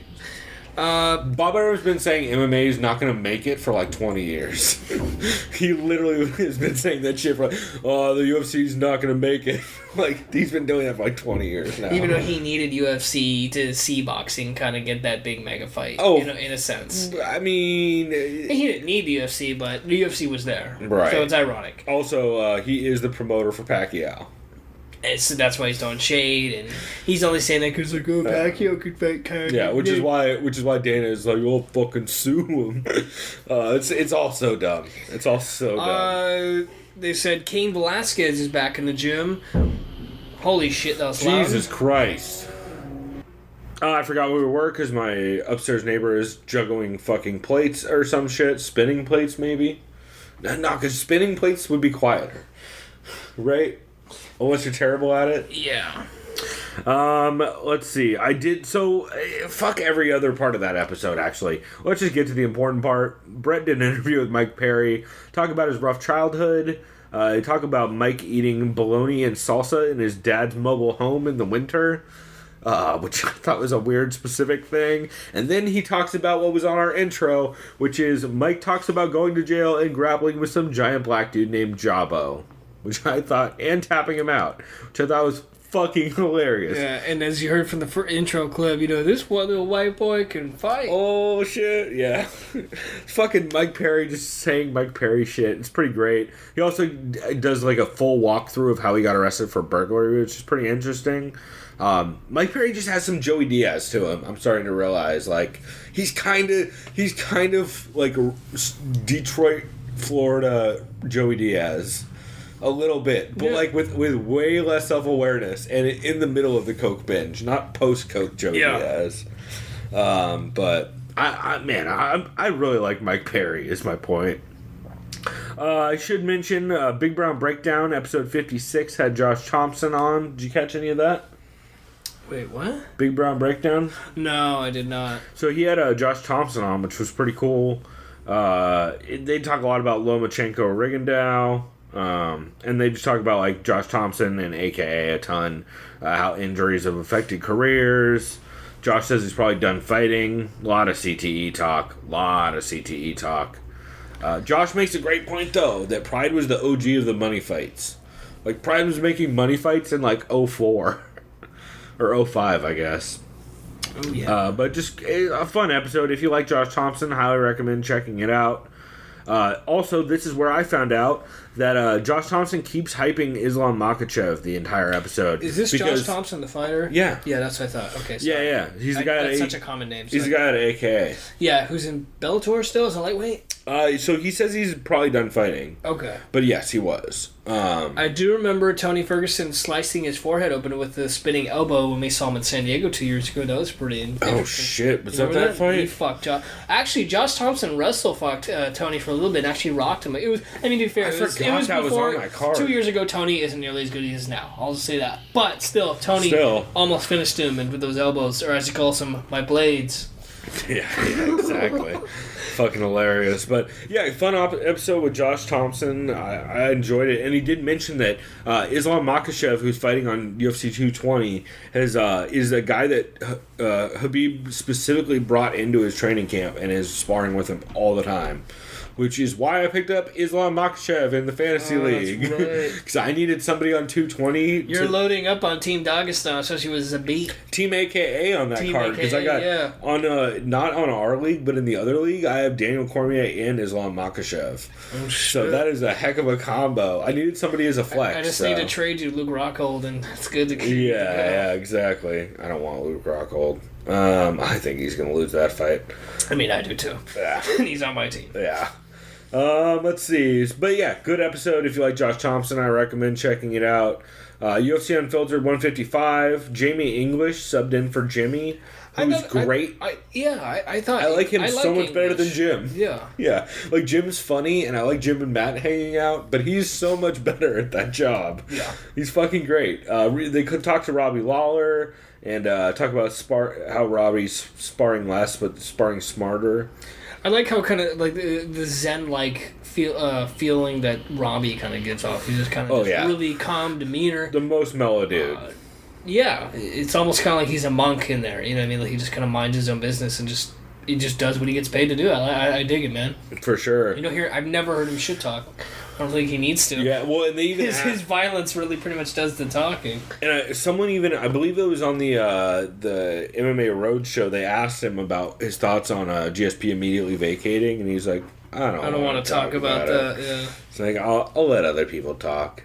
Which is such a gangster move. And speaking of the exact opposite persona of Robbie Lawler, Mike Perry calls in after that. And Matt tells him how much of a fucking fan he is. Matt loves Mike Perry, dude. Michael Perry. Michael Perry. He's calling him Michael Perry. And he's like, "Who is that? Isn't that a singer?" And like, and Chris, producer, you're thinking of Steve Perry from JRE. Yeah. That's fucking amazing. Ridiculous. Mike Perry has some crazy quotes in this one. He talks about sending Ponzinibbio back to his tent so he can go play his guitar in his tent. That was pretty great. He also, this is where the quote that, talking about like people overtraining, this is where the quote, just chop wood and punch shit, came from for training. Instead of training some weird unorthodox crap. I love it. Yeah. I think it's great. Man. And yeah, Jamie just asks fucking brilliant questions the whole time. It's great. Co-main was a fantastic episode, but I just didn't. I didn't take enough notes on it, honestly, to really talk about it. Same. Like, also they have a Freshly ad, which Ben works for MMA Junkie, so that's confirmed the fourth Freshly ad I heard this week from MMA Junkie podcast. Yeah, that's right. They talk about how Ben's lagging on Christmas stuff, and they live Google girl pirate dress on the show, which is pretty great. And like, of course, it's adult. Yeah, no, this is not gonna work for my 12-year-old daughter or like 8-year-old daughter or whatever he has. They also talk about whether finger biting is Dundasso or not. Oh yeah. Chad rules it is not Dundasso because you gon' get caught. Yeah, that's right. Which I thought was great. But yeah, just fucking funny episode. Oh wait. One thing they mentioned, and it kind of blew my mind, I totally forgot this happened, Brian Ortega was caught for steroids in 2014. Yeah, Drastanola, which is like, that's some steroids. How come no one brings it up anymore, man? No one brings it up. And you know what? I kind of hold him accountable. Like, I love T-City. I think he's a great guy, but... To be fair, he put out a real legit, like, statement afterwards, being like, listen, I fucked up. I get it. It's not, I mean, okay, if you own up to it... Chael Sonnen style, bro. Yeah. That's the only option. You don't go full John Jones, It's bad if you just deny it, yeah. No, doesn't Silva still deny it? Doesn't Silva Which time, Chris? Yeah, right? Yeah. Which kind of almost makes me think, I'm sorry, Anderson, I almost kind of think you're a Jones and been doing the whole time. I hate to think that, so I really honestly think he was at this point. Of course. Because that's how that works. Everyone was back then, though. Like, how else was he so dominant? Yeah. Let's see. Some other shit I want to shout out briefly. MMA Roasted was good. Eve Edwards, Alyssa Garcia, and we're in studio with Adam Hunter. Just classic MMA Roasted. Eve does at one point say the phrase, just don't be an asshole and your kid won't try and kill you, which is some wise words from him. They also talked to Brittany Palmer, and Adam talks to her about why she blocked him on Twitter, which was hilarious. Who's that again? I've heard that name. UFC Ring Girl. Okay. Oh, yeah. The one that does art. I know who she is now. The one that paints, yeah. But it was funny. Let's see.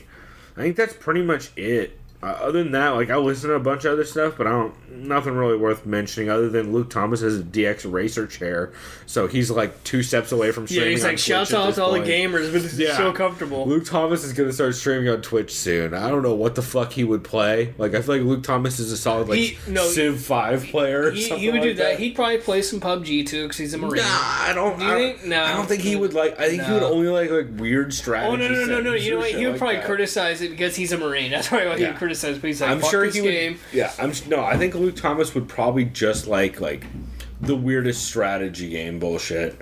It's fucking Civ sounds right. Yeah, something like that, or like fucking Tropico or something. Yeah, I always see that. Like, what the fuck is that? Tropico's great. Tropico's like Civ if it was a comedy version of Civ, and it all takes place on an island with a drunken dictator. Oh, wait, isn't a picture like a guy literally like fucking... It's like, comrade! Yeah, it's great. yeah. It's real good. Yeah, so that's all the podcast I wanted to shout out. Did you have any others, or...? No, that was it for me. Perfect. Well, we'll wrap this segment here since we've gone pretty long. I should mention, though, some announcements on stuff. Let's see. Patreon announced that they're not going to do... they had mentioned they were going to do add an increase of, basically have the people funding podcasts pay a fee of like 35 cents or whatever for transfer fees of money so that it doesn't cost the creators. And there was such a fucking strong backlash that Patreon shut that shit down within a week. They're like, oh, we're not doing that anymore. Don't worry. Yeah. We listened to you. So that was hilarious. Jens Pulver did an AMA on Reddit. I saw that. And when he did that, he hung out on Twitch and played PUBG the whole time. Yep. Which was really funny. So I highly recommend checking that out. Also, Adam Hunter of MMA Roasted is coming to the Comedy Palace, which, do you know where the Comedy Palace is? It's on Claremont Mesa Boulevard, like a mile that way. Where? I don't know, but we should go to that. I've never heard of a building that hosts... What the fuck? Yeah, so we should go to that, because that I'm sounds looked up on legit. Google right now. Yeah, it's literally on Claremont Mesa Boulevard. What? Like, it's on the same street we're on. Yeah, pretty cool. And then Mark Hunt versus Curtis Blades got confirmed for 221, which I picked up Mark Hunt in fantasy. And we already talked about how Colby's new movie reviews on Twitter are pretty great. Yeah. So definitely check those out if you like Colby Covington style movie reviews. It's pretty fucking hilarious, and I'm glad I already got... Should I say the word spoiled? Yeah, you can say the word spoiled. Yeah, I'll just say that. So. Yeah. No, I didn't, but I also don't give a fuck about that series, so... Pretty great, though. So, yeah, we'll wrap this here. You guys can listen to this clip of... Oh, God, what was it? We just talked about it. Oh, right, John Morgan. So, John Morgan had to sneak a backpack. We actually haven't talked about this. John Morgan had to sneak a backpack into the weigh-in venue with all his camera stuff in it. And it's really dumb how he had to do it. I thought it was just a funny... It's a classic example of why John Morgan is a great podcast host and why you should listen to that show. And how fucking security are a bunch of morons. So... check that out, and we'll be right back with our recap of some of the craziness from last weekend. We'll touch on, like, Invicta and briefly mention Bellator and then talk about the UFC card. So, we'll be right back.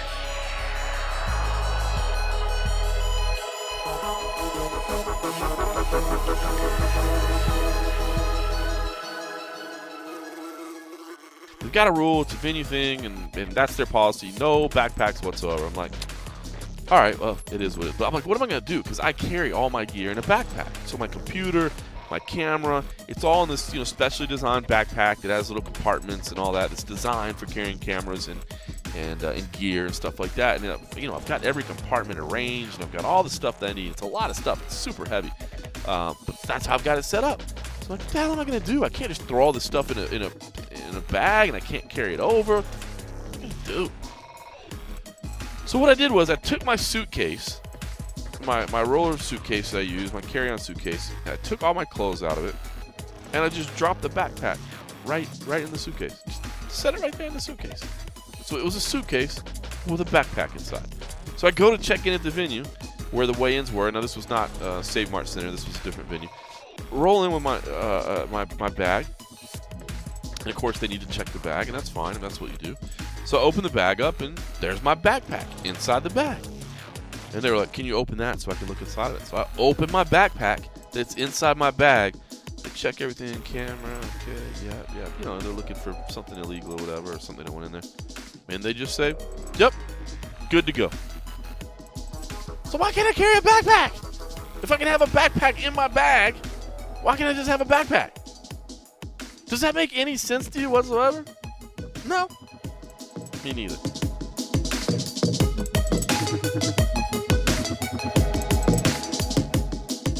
All right, we are back. That was John Morgan getting real mad about not being able to have a backpack, but you can actually have a backpack. You just can't be wearing a backpack. Thought that was just hilarious and a great example of why John Morgan is pretty funny, and I really like that show. It's a lot of that with combined with like really good fighter interviews that he gets at like the week of the fight, like with whoever's around at the hotel or whatever, and some frosty beverage talk, including Ballast Point. So hard not to like it. But we will get into our second segment here where we go through and talk about some of the fights that happened this weekend. There was so much motherfucking combat sports. I'm not going to recap any of Glory or anything, apart from I'll mention Tiff Time Bomb, and Tiff Time Bomb lost and Rico won, and those were fun fights to watch. So if you're interested in those, I would highly recommend, first off, checking out the Warman Kickfighting podcast, because he breaks those down in depth, or just watching the fights if you haven't seen them yet. And then I did want to touch briefly on Invicta 26, which was fucking great. It wasn't my I generally hold Invicta to a pretty high standard because they generally put on insane cards. This one wasn't as stacked or as crazy as a lot of the other ones I feel like have been. Decent amount of decisions and a lot of first round arm bars, which is always called the Luke Thomas touch of death to an Invicta card. However, it did have some really fun matches. Amber Brown fight was fun for as long as it lasted. Vanessa Porto got the win over Miliana Dudieva. That was a fun, scrappy fight. Mackenzie Dern did end up beating Colleen Medeiros, Colleen, I believe it's Colleen Medeiros. It's Colleen, yeah. Which was a scrappy fight. But holy shit, Is Mackenzie Dern still pretty young, or yeah. Is she only like 2021? Something crazy like that? I don't know if she's that young, but she's relatively young, yeah, and a black belt, and it showed in this fight. A black belt like in judo or jiu-jitsu? 24. Jiu-jitsu. Okay, wow. Yeah, like she won the worlds a couple times. Oh shit! Wow. She has grappled Gabby Garcia. Jesus. And didn't do the worst. She didn't win, but she like didn't do the worst. And that's like a fucking 100-pound. No, that's more than 100. That's like 150 pound weight difference. Dana seeing Mackenzie armbar. Do I see Ronda 2.0? So they are. Let's get this chick some striking lessons. They actually already have Mackenzie Dern under contract, but they're letting her fight in Invicta to get some experience. That's smart. And this was a great matchup to put her in. Colleen, people sleep on, but she had a war with Angie Hill. We talked about Colleen before, and she was game as fuck. Yeah, she had a war with Angie Hill, but Mackenzie Dern is looking better. She still has some big strides she needs to make, but she did end up sitting Colleen down with a shot. She's a strawweight, right? 25. Or yes, 15. She always misses at 15, but she did actually make weight for this one. So she probably won't be there for long. You got to figure eventually she's going to 25, but I think she's trying to figure out. I think this was. I don't know if. I want to say this might have been her first camp where she used a nutritionist, but I don't know if that's true. Okay. If it wasn't, then she's never used one still. But yeah, just pretty impressive. Colleen did all right early on, but did get sat down with a punch towards like later on in the fight, if I remember right. And then once it hit the ground in the third round, Mackenzie Dern just won every single scramble and every single transition pretty definitively, to the point where it was pretty crazy. And she got the armbar 15 seconds left in the fight. And then Jennifer Maia got the win over Aga Niedzvich, who Jennifer Maia is hands down, in my opinion, the number one 125-pound women's MMA fighter in the world. I would pick her over Nico Montano yesterday. With the cousin. No, I'm kidding. I know she beat Roxanne. Yeah, she did beat Roxy before. I know, just kidding. The only person I think could be trouble for her is Sarge, but Sarge can't make 125 yet. With the Valentina. Yes, that could also be trouble for her, but those are like the two. Yeah. And even then, Jennifer Maia has been on a pretty crazy run, and it's been real definitive. So good on her for getting the win, and you keep an eye on that name. You're going to see her around sooner than later. But yeah, fun card, nothing crazy. TJ DeSantis and Joey Kedzie are on the call, though, which is always fun.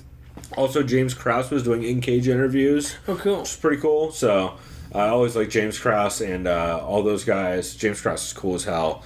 Yeah, he seems like he could do a good job, that kind of stuff. Yeah, like him, and I like everybody out of it that was at that dude's gym, like him and Zach Cummins. Basically out of Kansas City, right? Tim Elliott? Yeah, Tim Elliott, Megan Anderson, all those guys. Oh, yeah, that's right. Yeah, so pretty cool, and it's on Fight Pass. If you don't know about Invicta, there's 26 cards on Fight Pass, especially the early ones. You'll see basically everyone who's headlining in the UFC is a woman right now. You'll see Liz Carmouche, Alexis Davis, fucking Rose Namajunas, fucking everybody, literally everybody. Tanya Evinger, fucking everyone that matters apart from Chris Cyborg fought for them for a long time.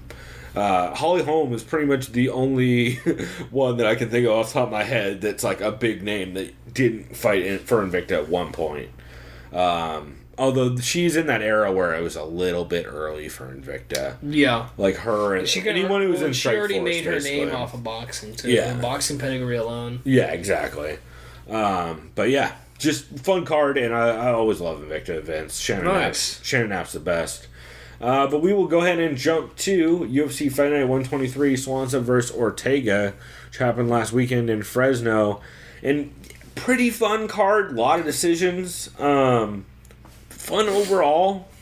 The pacing on fucking, which we'll talk about later for this weekend's card, the pacing on some of these can get kind of rough with, like, if you get a bunch of finishes in a row, you're going to sit through 20 or 30 minutes of commercials. Yeah. And that shit is starting to wear on me in a way that is super noticeable. Like, maybe it's just because we had a Fight Pass event recently. Meet the mute button. Yeah, well, I just walk away, yeah. I generally play a podcast or something during commercials. But yeah, some fun fights. We're not going to cover everything.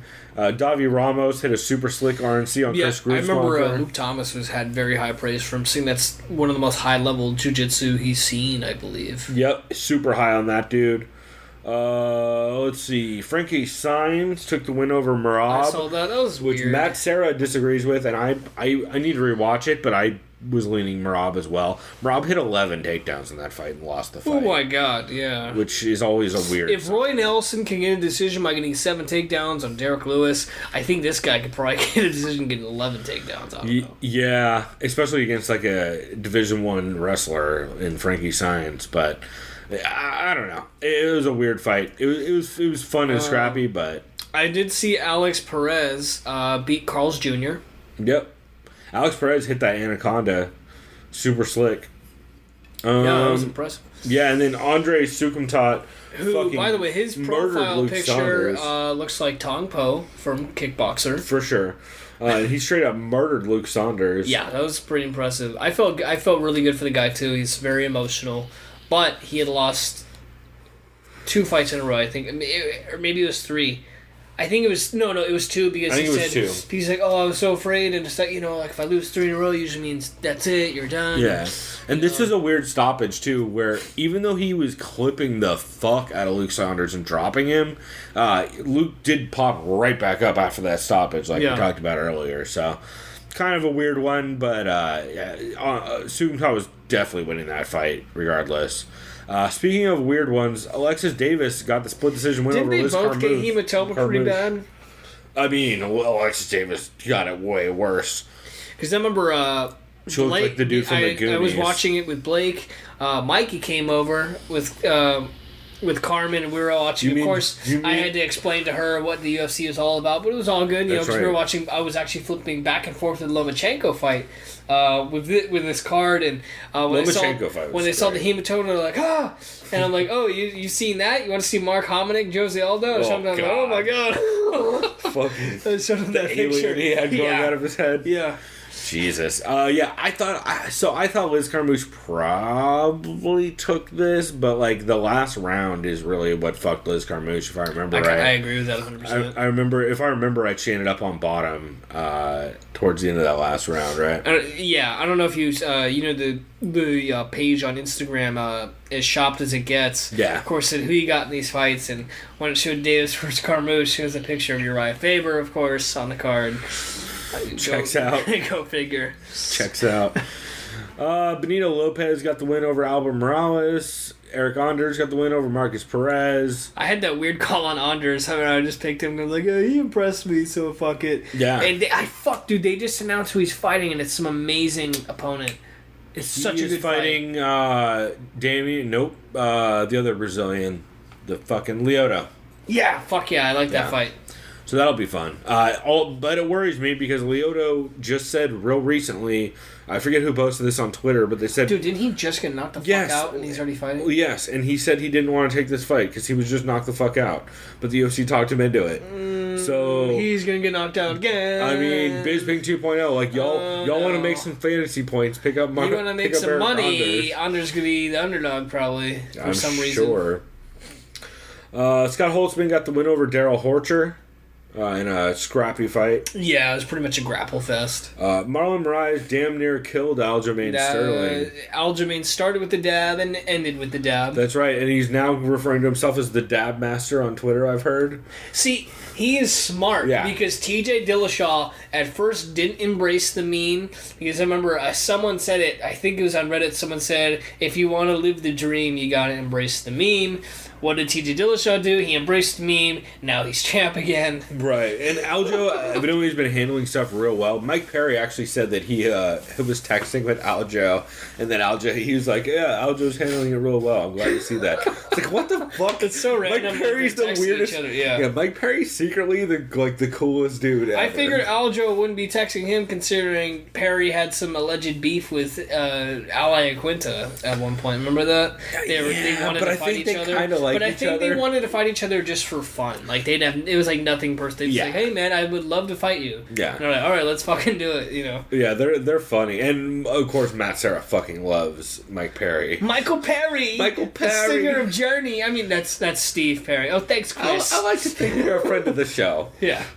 Fucking great. Gabriel Benitez got the win over Jason Knight in very impressive win. Yeah. This is the best I've seen Gabriel Benitez Mowgli fight since I saw him on Tough Latin America, man. He looked fantastic. And one of the worst performances from Jason Knight. Yeah, I don't know what the fuck he was doing. He seemed off the whole fight. He looked off. I can't remember who it was. I think it was Co-Main.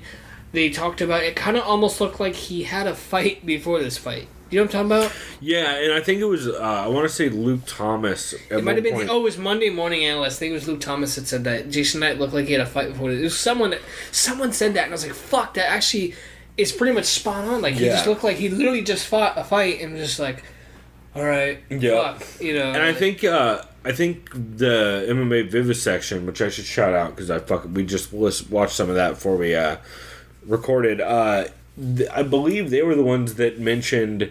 No, who was it? Somebody mentioned that Jason Knight... It never really rebounded from that Ricardo Lamas finish, which was nasty. And it just seems like it may have gotten in his head a bit, which is too bad. But you gotta love Hick Diaz biting a dude's finger... And then apologizing for it. Well, and then hitting him in the dick. He's like, if you put your finger in my mouth, I'm going to bite down. You know. Fair enough. Yeah, I did ask Big John on Twitter, which I did not get a response on, which I'm still curious about. I believe there's a rule where you can't penetrate an orifice. Oh, no, that's right. You can't do that either. Because oil checking was a thing. Oh, yeah, that's right. Well, and you can't fish hook. So, like, I think technically they both... Like, my point is, I don't know if that should be docked a point. Because if your finger is in their mouth... No, you're right. Because technically you can argue, he was fish hooking me, bro, so I bit him. Right. Well, or in general, like, I think both... You either take a point from both fighters, or you don't take any. Like, what's next? Wet Willie? Yeah. Yeah. He's got my neck. Fucking Tyron Colby fight. He's just going to be giving Colby wet willies the entire time. Like, I told you, mother... You know, I saw on As If Shopped As It Gets, they had a great picture. You know, the show, of course, Recess. It was like, well, when it comes to the Disney Channel, it's like the only good show on Disney, really. The show Recess. How dare you? Wasn't, No, okay. There was some other solid shows on Disney. I just can't think right now. I can't think of any. Boy Meets World was kind of solid. Oh, Boy Meets World super solid. It was actually pretty dope, especially The Neighbor. Yeah, but as far as Recess goes, it showed, the only black kid on the show was Tyron, and then the snitch kid was Colby. You know, the snitch kid with the notepad, and I'm like, yep, that's tough. Check this out. Oh, anyway, we'll get back on topic. And Brian Ortega got the win over Cub Swanson. Very impressive. Cub Swanson beat the shit out of Brian Ortega for 4 minutes and 40 seconds of the first round, and then got taken down off of a clinch straight into an anaconda that he almost got finished with. Yeah, you even said I felt like I was dying. Yeah, that was the guillotine. That was a guillotine. Yeah, oh, the yeah, that's right. Because anaconda in the technically, first. you can't really get passed out to that, right? Because you're What, anaconda? no, the standing guillotine happened. You can. It depends. Oh, he'll just John Jones, fall Leona on. Machida. Yeah, you can fucking murder a dude. Yeah, that's right. But But he wasn't hanging on him because, his body weight is like that. I kind of feel like you'd almost, fucking break your neck going forward, if you don't tap out. no, I mean, no. But, it's the squeeze Ortega has is ridiculous. But the anaconda at the end of the... Shouts out to Henry Gracie. That's right. Yeah, they actually did a Gracie breakdown where they broke down almost nothing because they don't want to give away Brian Ortega's game. So, Brian Ortega at one point mentioned, one technique they use briefly, and they both looked at each other and they go, but we're not going to talk about that. And I just want to mention, too, I think last week during picks, I don't know if you picked Cub, but I think you did, because when I picked Brian, you're like, hey, you seem pretty confident in Brian Ortega, huh?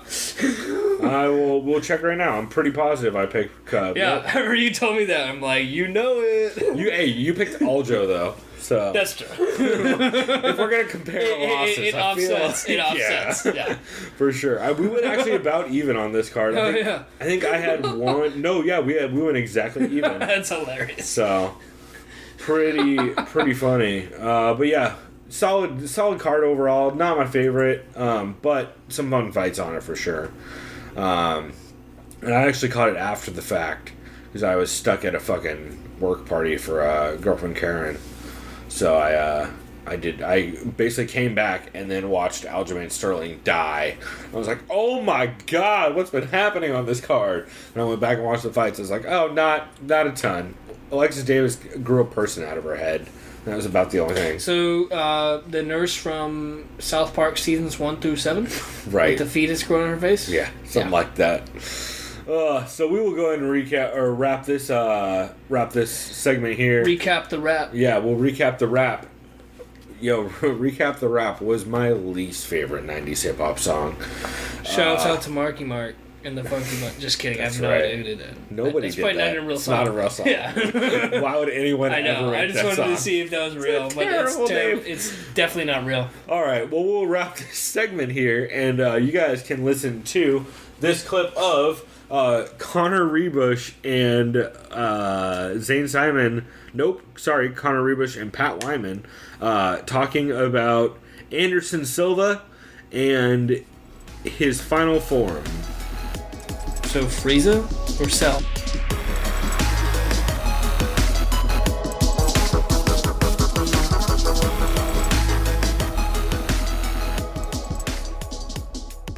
Lawler at this stage cannot maintain a come forward aggressive style for more than a few minutes at a time. Kind of similar to a kind of a better version of old ass Anderson Silva, like final form old Anderson Silva. Lawler can only the post counter puncher Anderson Silva. Okay. The one that fought like Bisping, Post 7th Dragon Ball Anderson Silva. Final form, by the way, a little underwhelming. I was expecting more from his final form, if I'm honest. That's true. Well, unlike Dragon Ball Z, you don't keep getting better as you get older.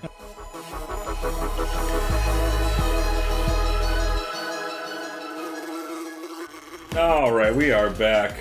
That was a hilarious clip that Chris segued beautifully into with Pat Wyman and Connor Rebush talking about Anderson Silva's final form, his post 7th Dragon Ball final form, and real good. It's a great example of why that show is super witty and funny. And how old are those guys? Probably like Connor's 30. Connor's same age as me, I think. Because you were like 28, right? Yeah. Something like that. Yeah. And I think he's right around there, maybe even 27. Okay. And Pat is a little bit older than me, I think, by like a couple years. I want to say he's like early 30s. Maybe for, if that. for all maybe listeners 30. who grew up watching Dragon Ball, I'm 26. I don't know if that's... I'm sure there's younger people who obviously clearly... Because they fucking reran that shit a million times. But I feel like your age group is like the age group for it. Yeah. Like my little brother fucking loves I just remember Ball. Dragon Ball Z, at least the Japanese, I should say the original shit, ended in like 98, and then they relaunched the American dub in 2001, I think it was, somewhere around there. Yeah. On Toonami. Shout out to Toonami. And that guy Tom, the little space dude, whatever the fuck that shit was, late at night. Fucking weird. It was goofy, but It's awesome, you dug it if you were 8 or 9. Oh, for sure. Oops, sorry about that.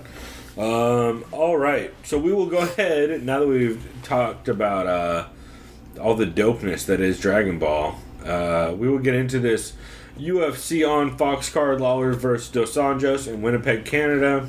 Which I must say, real quick, this is one of the best free cards I think available, really. It's pretty solid.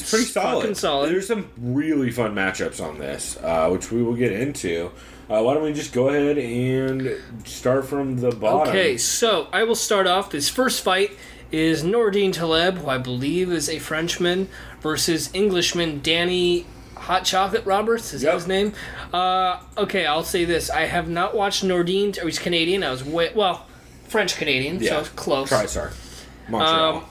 Okay, so the last time I saw him fight was when he knocked Eric Silva the fuck out, and that was fantastic, because that was the fight where Eric Silva went like this, touch gloves, no, and then he just fucking punched him in the face, which no one should ever do, and karma got him. So yeah, that's the last time I've watched that was on the McGregor-Diaz one I know, card. that's the last time I've watched Taleb fight. Looks like he lost to the... Ponzinibbio. Nordine Taleb's been on some big ass cards, man. I know, huh? Rousey versus Correa, McGregor versus Diaz. Oh, shit. No, actually, those are the only two. Oh, I always kept getting confused with Nordine Taleb and Tarek Seferdine. Yeah. That's who I got confused. They're similar. And same weight class, right? Are they both 70? Yeah, they're both welterweights. So Nordine is coming off the win over Oliver Enkamp and the loss to Santiago Ponzinibbio. He has a loss to Santiago, and Danny Roberts got knocked the fuck out by Mike Perry, which was a war, too. For sure. Mike Perry just beasted eventually, like he always does. In the clinch, too. Yep. And Danny Roberts before that has the win over Dominique Steele. Then after the Mike Perry loss, he got the win over Bobby Nash via punches in the second round. Which way are you leaning on this one? Yeah, this is actually a toss-up for me, really. It's it kind of depends on what dude shows up to both of these. If I remember, Nordine Taleb, I believe, is the bigger guy.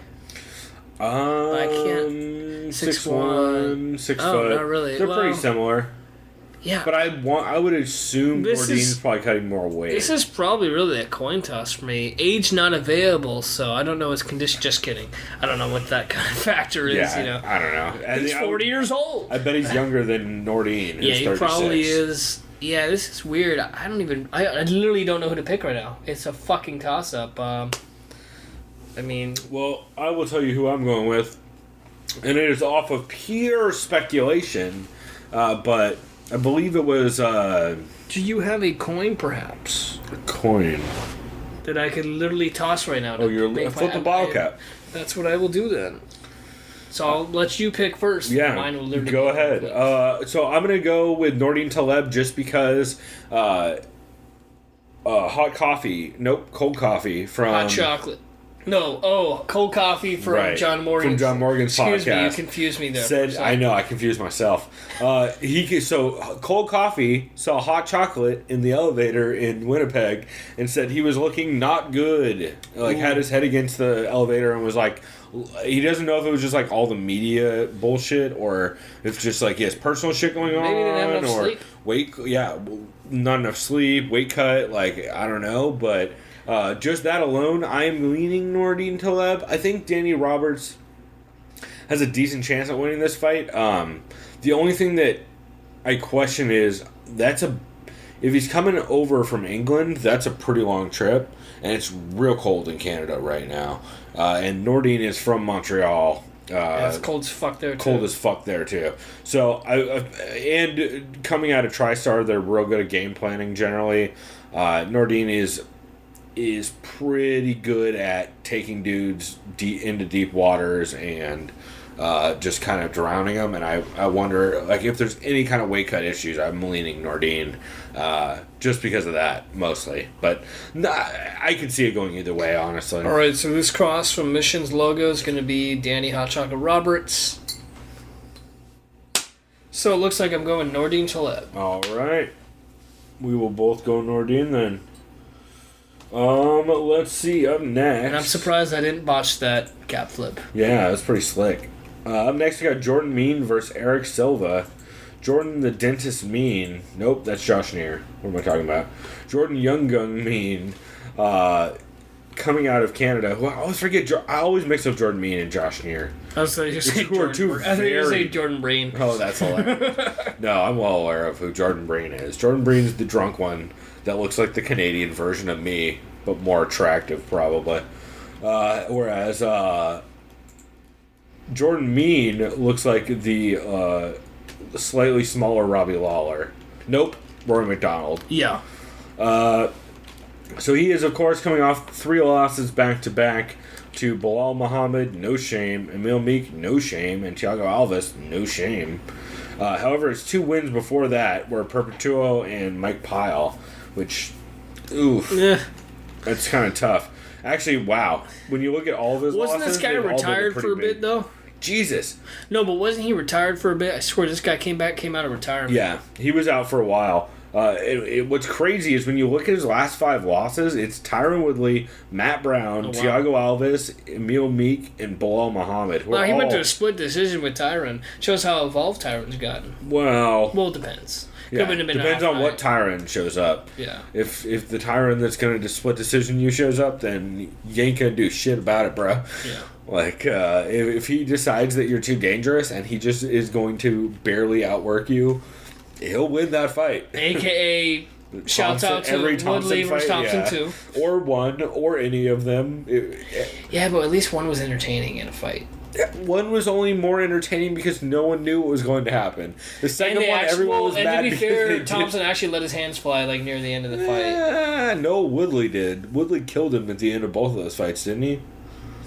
Thompson fucking murdered him in the 5th round. That was no way. No, yeah, dude. The 4th round is when Woodley. Oh, was the 4th round when Woodley killed him? Yeah, no. In the 5th round, Woodley gassed, and Thompson started piecing up against the fence, and everyone was going crazy. And that's how the fight ended. Yeah, that's why I ended in a draw. If Thompson didn't do that, it would have been Woodley's fight for sure. Yeah, that's the only reason why I ended in a draw. Because he took that 5th round. Yeah, I'm not gonna lie. I've not gone back and watched that first fight. Well, do it because I actually did end up winning Fight of the Year, I believe, if I remember correctly. I swear to God, that won like Fight of the Year. That should not have won Fight of the Year if it did. I guarantee that. I swear it was one of those. Yeah, one like Fight of the Year, or Fight of the Night. Oh no, Fight of the Night, not Fight of the Year. That's way more reasonable. Yeah. All right, so Eric Jordan Mean's taking on Eric Silva. Used to be juiced to the gills. Yeah. Coming off the loss to Yancey, who's looked good lately, and then win over Luan Chagas before that, and losses to Nordine Taleb. Lost to Karma from Nordine Taleb. Jesus. Another dude who's lost to a bunch of big names and has wins over not that many big names. His last big win was probably Josh Koscheck in 2015. Man. I'll say this right now. Yeah, this is another coin flip for me, and I'm dead serious. Because both these guys have been kind of... All right, flip it up. So, the cross this time will be Jordan Mean. The flip side will be Eric Silva. I'm probably not going to be as smooth this time, but we will try. Nope, I fumbled that. Definitely not as smooth. Okay, let me try bobbled the shit out of again. Nope. I am you guys, stupid Chris right is now. doing terrible at this. Okay, so I said that was Jordan Mean. So looks like I'm going Jordan Mean. All right. Well, then, no, I can't. Which I'm not confident at all, but I gotta stick with my guns here. Yeah, you know what? Fuck it. I'll go Eric Silva. Jordan Mean no. You know what? Jordan Mean went to decision with Bilal Muhammad. Eric Silva ain't going to decision with nobody right now. Split decision with Neil Magny, which still blows my mind. Yeah, I'm going Jordan Mean too. No faith.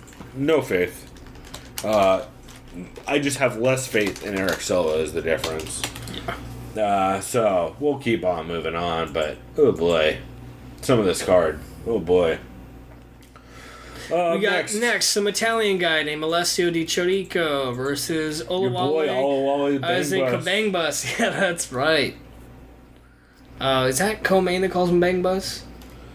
Yeah, I believe so. I believe it's them. Yeah. Also, we're fucking up the order because we're going by Sherdog's order. Yeah, because we already chose Nordine versus Danny. Yeah, so we'll start. We both got Nordine on that. I think you chose Nordine too. Yeah, we'll make sure we go. We'll make sure we go by the actual Wikipedia order rather than the fucking Sherdog order because Sherdog has been fucking up lately, as Luke Thomas talked about in this week's promotional malpractice. Anyway, let's do Chirico Manzo out of Gloria Fight Center is coming off of the loss to Eric Spicely, win over Gareth McClellan, and the loss to Bojan Vličkovic. And Olawale Bang Bus, the Holy War Angel, is coming off of the losses to Paulo Enrique Costa, Cesar Ferreira, and the win over Daniel Serafian, and the loss to Uriah Hall. Fuck, this is like another coin flip. Yep, there's a lot of these on this card. So that's literally what I'm going to do again, All right. unfortunately. You guys, Chris is a gambling man this week. So this time, my fellow Italian, my fellow WAP, is going to be not the logo. Okay. That's going to be Bang Bus is a logo, so we'll see. Oh, I fumbled that again. A smaller fucking thing. I'm To just be fair, uncoordinated right now. This is bad. flipping a coin probably would have made this easier. The fact that it's a bottle cap does not help. So I'm going Bang Bus. You're going Bang Bus? I am going to Chirico all motherfucking day. I have zero faith in Olawale Bambose. All he does is do a lot of weird movements and try head kicks and giant overhands for like a minute and a half, and then he gasses super fucking hard every time. Great. This is So gonna be unless he kills him in the first round, which is possible, I pretty clearly have to Chirico in that.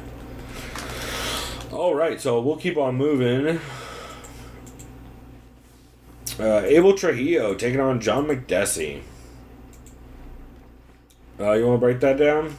Well, I do remember Abel Trujillo getting thrown around the mat via Khabib Nurmagomedov, and that's actually the only time I've ever seen him fight. Really? Yeah, that long ago. Swear to Holy God. shit. Yep.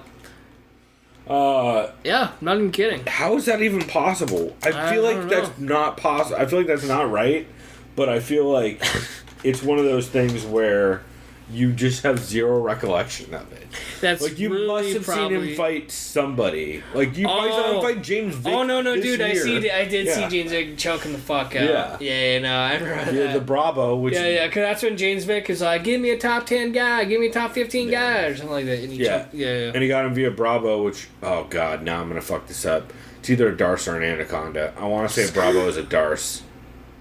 I'm pretty sure Bravo is a Darce. Is the difference is Bravo and Darce? I think you're right. Instead of Bravo and Anaconda. No, Bravo.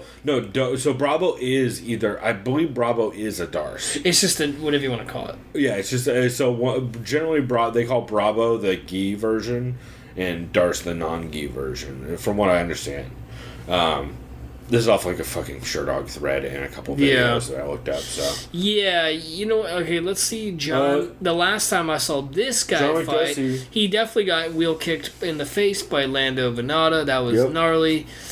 Had the win over the Bagman, Mehdi Baghdad. And then the losses to Yancy Medeiros and Donald Cerrone. Who broke his jaw to smithereens. That was nasty. Yeah, you know what? I'm going to go with Abel Trujillo. I remember he likes to throw a lot of grenades. Yep. Don't know how his grappling is, but then again, if anyone fights Khabib, your grappling kind of looks suspect. So, yeah, I'm going with Abel Trujillo. So I'm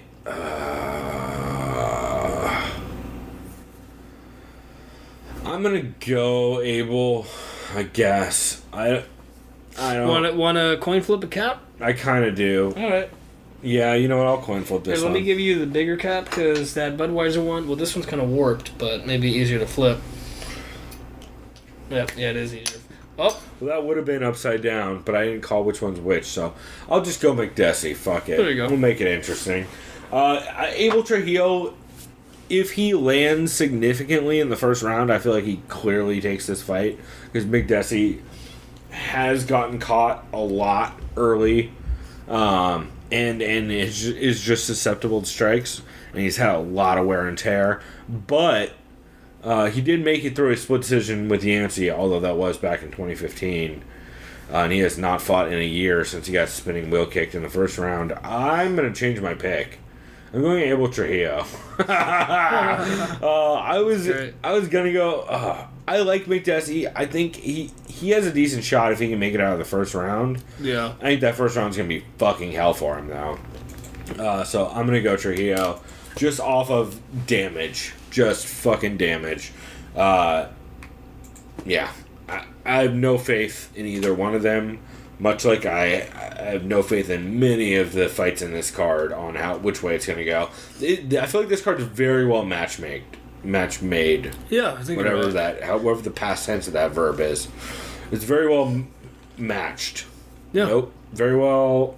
I don't know. It's very well put together. Yeah. It's some good matchups on this card for sure. So we'll keep on moving on. And Tim the next Elliott fight is a fight that's now off. So moving on to Chad Laprise versus Galor Bufando. One of the best names in MMA. Yep. Also, Chad Laprise, one of the worst Sherdog Fight Finder pictures of all time. That's real sad and depressing. Looks like he just found out he blew weight. He looks like he found out he just blew weight. He looks like he found out he blew weight and he found out he's retarded. It's not a good look. Not putting that lightly, but you're kind of right. I mean, it's the eyes. It's all in the eyes. Also, this dude on the right, also in that group. Yeah. You guys don't know what I'm talking about, but oh boy. Oh my god, you mean he just found out something? Yeah. He sure did. Oh my fucking god, that's hilarious. Man. How's that even an ad? Jesus Christ, that's bad. We'll keep on. He's into more, that's for sure. He's more open. I'll put it at that. Luckily, no one knows what we're talking about, so we'll keep on moving. Oh my god. Chad Laprise is coming off the win over Brian Camozzi, the win over Thibaut Gotti, and then losses to Ross Pearson and Francisco Trinaldo. Although he does have a win over Brian Barberena in 2015, which is impressive in retrospect. And Galor Bufando, no Fight Finder picture, is 5-2. He is the size of an ant. And he is... What? I'm kidding, because it's... height 0-0. I made that shitty joke before. I always forget. And he is coming off the wins over Charlie Ward. One of the coolest knockouts I've ever seen. KO by slam. Yep. That was a weird win, though. Yeah. Like, that's not the kind of win you can really bank on more than once, right? Yeah, it's not. However, this guy's idol is Goku from Dragon Ball. No. I remember he said that. He's got the touch. He's got the power. Yeah, and he did this little fucking goofy Kamehameha shit during the weigh-ins. Carlos Newton style. Yeah, I'm not surprised. Well, if he was a Vegeta fan, he clearly would have done the Marcus Brimage. I'm going to wear a scouter on my head during every walkout, but... yeah, that was so weird. Oh, man. But yeah, you know what? Excuse me. I'm going to go with my boy Galore. Are you? Yeah, I think he's going to slam this guy. Really? You think he's going to have two slam knockouts? Yeah. I'll make you a bet. When you give me $5, I'll give you $5 for slam knockouts. I'll give you $10 if he if he slam KOs him. However, if he doesn't, I expect a very terrible cheap beer. Sure. Or wait, won't I just give you 5 because that's the bet? I'll give you 5 if he does, and you give me 10 if he does? No. Because that's like the easiest. I'd rather have a beer. A shit beer?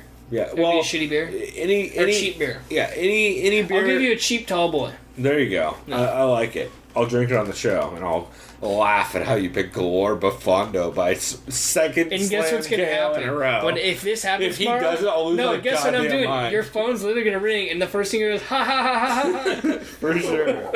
If he does it, you probably should just fucking call it a quits because you're not going to have a better pick than that. Yeah, no. Never in the world will you ever have a better pick than that. So, I just can't go Bufando on this. I'm going Laprise.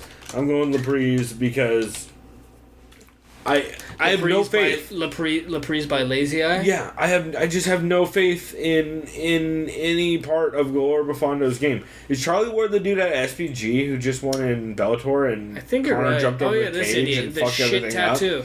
Yeah, the shittiest that was the tattoos card. I've ever seen. Yeah, that was the card where Conor McGregor ruined it. Oh god, was this the moron who like barely beat a guy who's like 7-13? I think that's it. No, this was the card where Conor jumped over the fence and tried to fight. But watch, where's his opponent? This guy's John like Redmond? 7-13 or something dumb.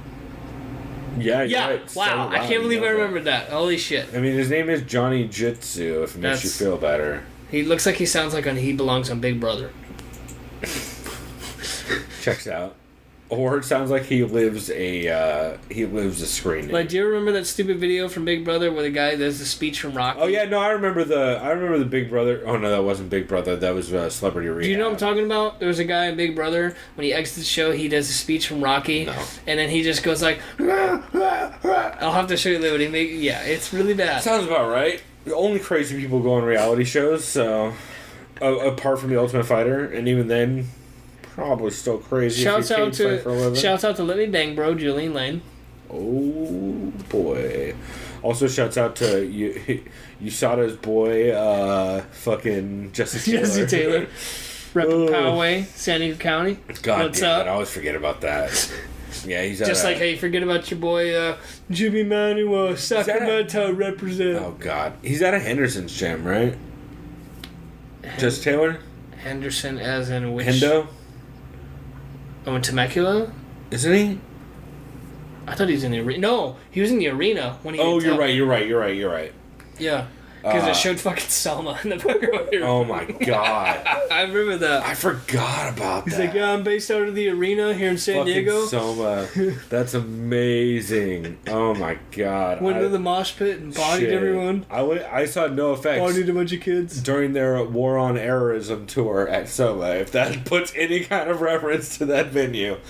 Oh boy! Also, that was one of the first places I got drunk was in Soma. Actually, maybe the first time I got drunk, I went to Soma. Don't know if you've been to Soma lately. I have not. I was there. I haven't been to Soma in 10 years. I was there this past February for like August Burns Red show, but now it's pretty sick. Now Do they have a bar? Yes, they have a bar room now. Fuck it's yeah! Fucking sick, dude. That's what I was. The only thing I care about. Archer on tap. I had that, and they also have wine. Fuck it, if you're a wine, they have wine, dude. That's and it's awesome. sick. They have a window they cut out so you can watch the main stage while drinking beer and shit. Oh, that's so much better than us having to drink in the parking lot. Yeah, like we always used to. If I remember too, it wasn't too overpriced. I think it was like $6 for like a pint. That's not bad. Yeah. Yeah, because I and they take cards. Surprisingly, they have a little card thingy. Yeah. Yeah, because I just used to go to punk shows there, and it was a shit show. Oh, I remember the drinking in the parking lot too. Oh God. Yeah, I got hammered at that venue a lot of times. That venue's crazy. I've seen some crazy shit go down at that venue. Yep. I've encouraged some crazy shit to go down at that venue. Anyway, way off topic. We're going full MMA junkie on this right now. Perhaps one of the best nicknames in all of MMA, the Dentist. No, it would have been if Josh Neer didn't already have that nickname. Oh, that's who it was, huh? Yeah. Oh, who said that? Lou Thomas. Fuck, that's who it was. Yeah, it wasn't this guy. I was like, wait, is it Neer or Darren Stewart? Never mind. He stole it. Yep, he stole the recipe for the nickname. He's coming off the losses to Carl Roberson out of the Tuesday Night Fight Contender Series and the loss to Francois Barroso in the rematch after they called the first fight a no contest due to a clash of heads. Oh man, so he is taking on Julian the Cuban Missile Crisis Marquez, who is coming straight off of the Contender Series in a super impressive performance against Phil Hawes, who Phil Hawes I believe was out of Jackson Wink, or at least had Donald Cerrone pulling for him in that fight. And holy shit, Julian Marquez brings the fucking fire. This fight, the fight Julian Marquez had on Dana White Tuesday Night Contender Series was super scrappy, but he didn't win every part of that fight. He got wrestle-fucked a little bit, but he's just so fucking scrappy, and he puts such a pace on. Like, these dudes, they went to... Go watch that fight if you've not. It's on Fight Pass. It's fucking crazy. They just beat the shit out of each other, and it's pretty wild, but interesting to see Darren Stewart fighting 2 dudes in a row off Dana White Tuesday Night Contender Series. Yeah. It kind of makes you wonder, like, what... It sounds like this is the must-win for Darren Stewart. Yeah, which is why I'm going with this Marquez guy, because Stewart is a fraud for taking the guy Near's name. Well, I am actually also going with Julian Marquez, mostly because I just feel like Darren Stewart's going to burn himself out. Darren Stewart uses a lot of movement and a lot of like trying to bounce and cover distance on the toes of his feet. And I just feel like, or on the balls of his feet, the toes of his feet. The fuck? I mean, I guess that's a thing, but not really. His ball toes, bro. Yeah, dog. He's just bouncing. His toes, balls. He's just bouncing on ball toes. Also, I don't support anyone bouncing on dogs. I think that's I was going to say, shouts out to that old Disney movie and the fucking so dumb. husky. Shouts out to the Stray Northern Lights. Yeah, thank you. Fucking Good so show. dumb. But yeah, I'm going Julian Marquez mostly off of just volume and pressure. I think Darren Stewart's going to gas, and I think Julian Marquez is going to end up on with the W.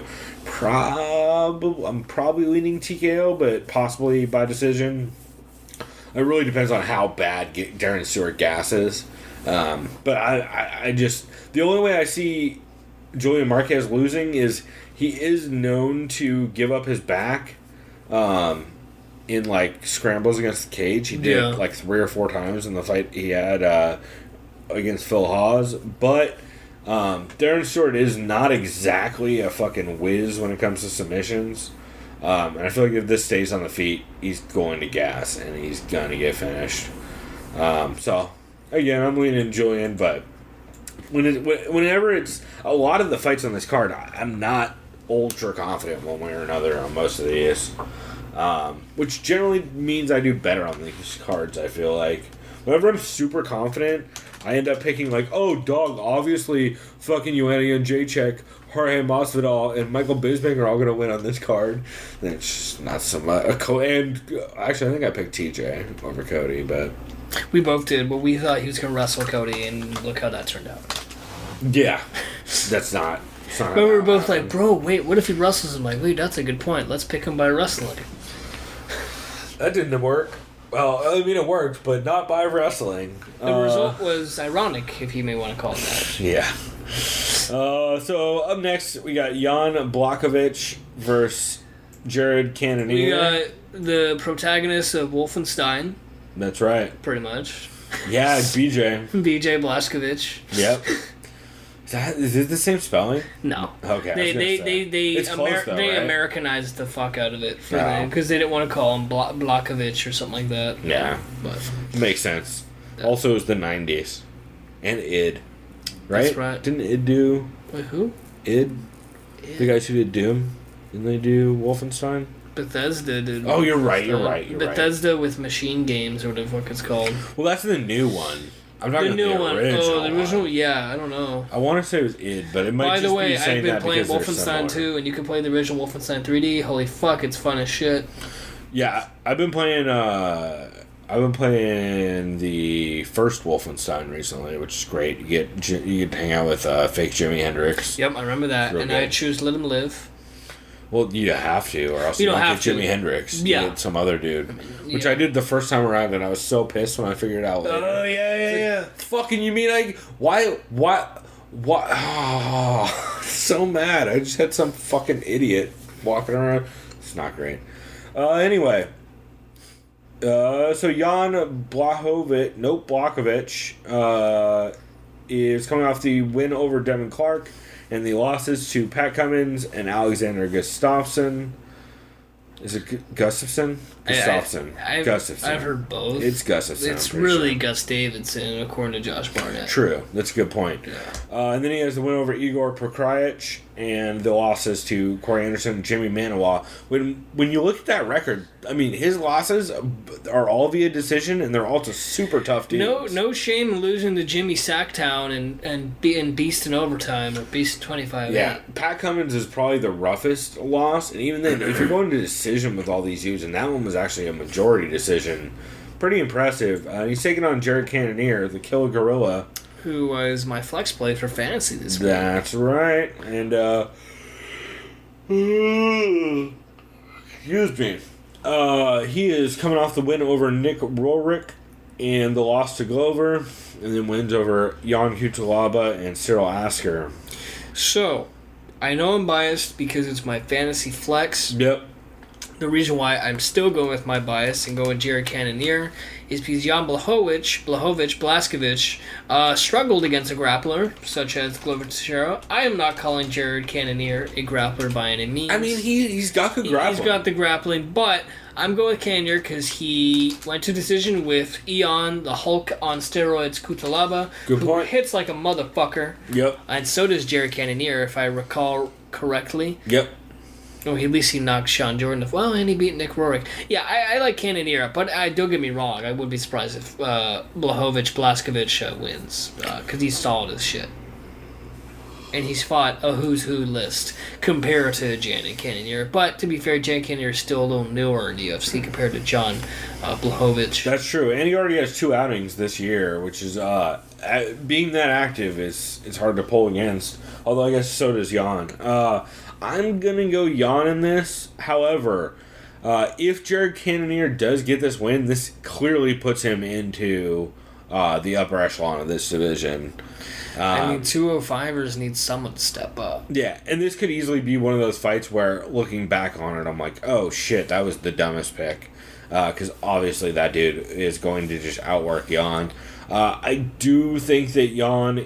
Like, Jared Cannonier is a little bit comfortable to work his ground game from his back, which I feel like could play badly in the scorecards in the long run. However, and Jan has a lot more experience. I'm leaning on... I'm not ultra confident.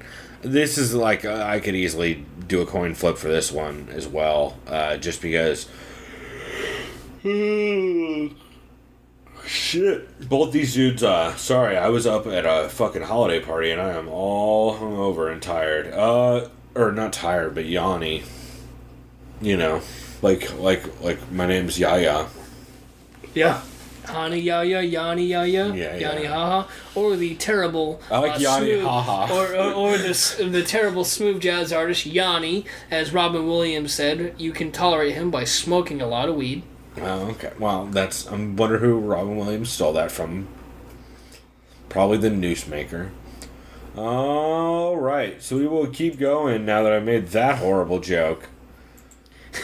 Yeah, I wanted to laugh. I'm like, dude, Robin Williams is too much of a fucking legend. I'm sorry. Oh, man. I can't help it. I like Robin Williams. He's great, but... Anyway, we'll keep moving. Glover Teixeira. Taking on Mishka Serkinov. I always added a K in his name because of Mishka Shabali, who's, of course, the guy who does a bunch of music that Doug Stanhope tours with, including a great song called Am I the Only One Drinking? Which I would check that out. It's real good. Anyway, who you leaning in this fight? Glover's coming off the loss to Alexander Gustafsson, the win over Jared Cannonier, and the loss to Anthony Johnson. And Misha is coming off that crazy KO punch to Volkan. But before that, he did have the win over Krylov and Kutalaba. I like Glover, only because I know Misha likes to be a submission guy as well, and I'm sure he has very impressive submissions. Super impressive. But I trust Glover's submission game a little more, that they're both... I think it's going to, maybe their submissions will offset. I mean, Glover could obviously submit him probably more than he could submit Glover. But I think it's going to go to the stand-up, and I like Glover's boxing prowess. I think that's which is smart. why I'm going to go with Glover in this one. Yeah. The only thing that concerns me is I feel like Glover has a glass chin as of late. Well, I wouldn't say glass because Anthony He took Johnson... so much shot. He took a shitload of punishment Yeah, from that is true, to Gus Davidson. Gus, yeah. I don't know, I like Glover. I'm gonna go with Misha on this one, only because he did have an impressive little win streak before getting booped in the side of the head by Volkan. And that, like, I feel like you don't learn a lot from a 28-second knockout like that. Like, I don't know that it says a lot about where Misha is out at necessarily. And also, Glover's 38. Oh, shit. Which is a thing. Like, Glover, people forget how long Glover's been around. Yeah, that's right. However, Glover's ground game is really high level. He is a black belt. He's been doing jiu-jitsu for fucking ever. So, I would not be surprised if Misha ended up on bottom a lot in this fight, or just got boxed the fuck up. And Glover takes it by decision. But I'm going to go Misha. Probably by decision. I think he's going to make, like, I feel like he's going to use enough cage control and pressure to kind of give Glover some problems with, I feel like Glover's starting to have a little bit of the trouble of pulling the trigger also. Yeah. Which is a bad sign, especially coming out of the history he has in his training camp. Like, you just... I always worry with Glover, like, when are we going to see him go full Chuck Liddell late career. So, as Pat Lemon and Conor Rebus would call it, 7th Dragon Ball Chuck Liddell, which does not mean the same thing in real life as it does in Dragon Ball. Because you do not get better when you age. So, I'm going to go Glover, but I could honestly see that one going either way. Much like this next fight. We got Mr. playing guitar in a tent, Santiago Ponzinibbio. That's right. Simon. It says machine. Yeah, Argentinia's own. Versus Platinum Mike Perry. One of the most eccentric fighters on the roster. Oh, for sure. And one of my fantasy MVPs of the year. Yeah, he's been killing it for you. Which is, I'll tell you this, I'm going to be biased. I'm going to go with my boy Platinum Bless. However, the only way I see him winning, well, it's clearly it's going to be by knockout is how I see him winning. Yeah, not by submission, I'll tell you that much. It's going to be in a clinch, similar to how he knocked out Danny Hot Chocolate Roberts. And the reason why I'll tell you that is based on when I've seen Ponzinibbio fight. He's a very high-volume fighter. He likes to keep people against the cage. Yep. I noticed I've been very impressed lately by Perry's clinch game. He's been very good at getting his hooks in. Super he's good. Very comfortable there. I noticed he did take a lot of damage, actually, from Jake Hillenberger when they're in the clinch. And Perry didn't flinch when he was in the clinch. Sorry for the stupid fucking rhyming. And he was able to knock him with the elbows. I really think Perry's not going to kind of shy away from being comfortable in the clinch, even against such a dangerous striker such as Santiago Ponzinibbio. And don't get me wrong, I get to see Ponzinibbio. I don't know if he could finish him because I really don't know if Perry's chin's been tested all that well. I don't know. Maybe he be finished? Probably, but I don't know. But I trust Perry knocking him the fuck out in a clinch more than I could see Ponzinibbio knocking him out. Obviously, I could see Ponzinibbio getting a decision. Like, he can coast to it. Maybe if he keeps distance and scores points, I could see that too. But yeah. I like Perry's chances in the clinch. I think he's a very comfortable clinch fighter, and he's improving his game. Seems like he's a quick learner. Yeah, so I got Perry by probably TKO, because I feel like Ponzinibbio's probably got a chin on him. So that's my official call. I think that's a smart pick. It's funny, actually, I believe it was, again, Reddit posted a clip of Mike Perry right before he knocked out Jake Ellenberger. You hear his girlfriend in the corner yell, "Elbow!" and then he hits her with the elbow. It's pretty fucking cool. Yeah, it's fucking great. Yeah, so I am also going to lean Mike Perry over the pawns in this one, as I like to call him. I really like calling Ponzinibbio the Pawns. I also like the phrase the Ponzi. I'll also accept Ponzi as his nickname. Be like, gay system. Yeah, exactly. What the fuck are you talking about? Yeah, I'm leaning Mike Perry off of nothing other than savageness. So clearly, let's talk about. I never usually say what's next before a fucking fight because that's only appropriate for a post-fight discussion. And also, I think on paper, Mike Perry should lose this fight. Oh, of course. On paper. If Ponzinibbio is beating dudes like Zach Cummins, Nordine Taleb, and Gunnar Nelson, he should beat Mike Perry. If MMA math means anything. This is the thing. And I know it's theoretical. I don't like to jump the gun. Mike Perry hates MMA math. He hates math in general. This is the thing, though. Clearly, and even though this motherfucker, with all due respect, this young gun tweeted out today, you can guess the fighter by me Darren Till, of course, said, "Oh, Mike Perry and Kamaru Usman haven't beat anyone yet for me to actually even challenge them." Who the fuck? No. He beat one dude who has a name. So this is the thing. Clearly, you already know, if Mike Perry wins, the first thing, so Mike Perry, great victory to you tonight. Who's next?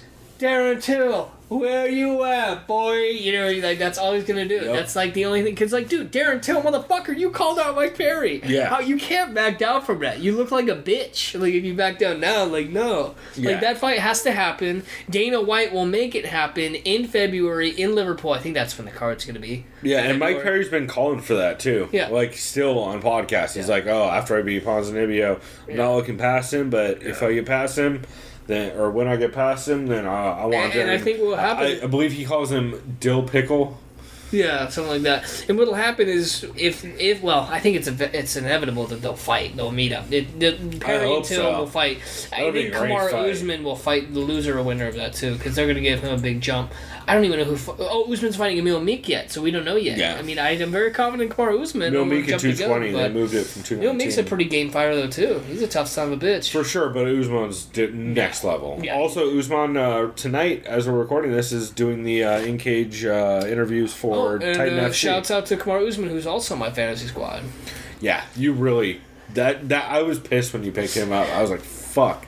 I even texted him like, watch this. Yeah. No, yeah, that was during the draft you picked him up, I was right? like, watch this. Dude, And you're just he like, was fuck. on my list. I was like, fucking Jesus. Yeah, I'm a big... Shouts Usman out to fan. Tough 21. Thank you.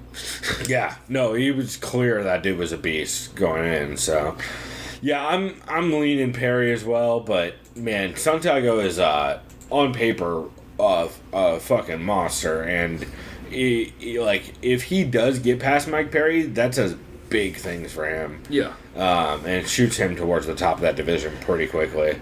Especially like back-to-back wins from even the sketchy win, like nature of the Gunnar Nelson win, still puts him up there. Wait, Next, did he win by getting DQ'd? Or he poked something? no, it was the eye poke, but no DQ. Oh, he poked him in the Remember, eye, yeah. like when you rewatch it, you watch him like fucking rake his eyes with his thumbs like 5 times in a row during the knockout. Yeah, that was weird. It was bad, and John like Kavanaugh was like shitting himself on Twitter over it. We'll keep moving on. Ricardo Lamas is taking on Josh Emmett in a late notice fight for Josh Emmett. Of course, Ricardo Lamas was originally supposed to face Jose Aldo. However, Jose Aldo, of course, got pulled off the card to fight Max Holloway on last minute replacement. So Ricardo Lamas has Josh Emmett step in. And Josh Emmett is out of Team Alpha Male. Everyone's pretty hyped on him. He's coming up from 45, though. Or coming down to 45 from 55, I believe, right? Yeah, I believe so. And he did blow weight. But again, he got offered this fight on like 2 weeks' notice, something like that. Yeah. 3 weeks, maybe. So, pretty interesting. I know Emmett's a wrestler first. Yep. Yeah, he's But- he definitely has some like Gray Maynard, Clay Guida in it. I'll just say this. I'll just say it now. If you're Ricardo Lamas and you're submitting Charles Oliveira, I'm gonna pick you even if it's against a wrestler. I'm just gonna say it right now. I know generally wrestling can be a problem for Brazilian Jiu-Jitsu practitioners, but Ricardo Lamas is also a fucking brawler. Credit to that Max Holloway fight. Yeah. Yeah, I'm going Lamas, and I know it's a last minute thing. It's kind of like, oh, it's an easy pick, but I have Lamas on fantasy because as soon as Jose Aldo dropped out of that fight, I picked That's up smart. Lamas Yeah. thinking like who's gonna be whoever they yeah. put in as a replacement is not going to be a good matchup for them. Also, it should be noted, Ricardo Lamas' only losses since 2010 are to Yuri Alcantara, who hits like a fucking, who used to hit like a ton of bricks back then, Jose Aldo, Chad Mendez, and Max Holloway. That puts you as like number 4 in that division right now. And I think that's about where he's at. And Josh Emmett, while he's tough as hell, did come off that loss to Desmond Green before he got the win over Felipe Aranches. He also has some wins over Jagos, John Tuck, Scott Holtzman.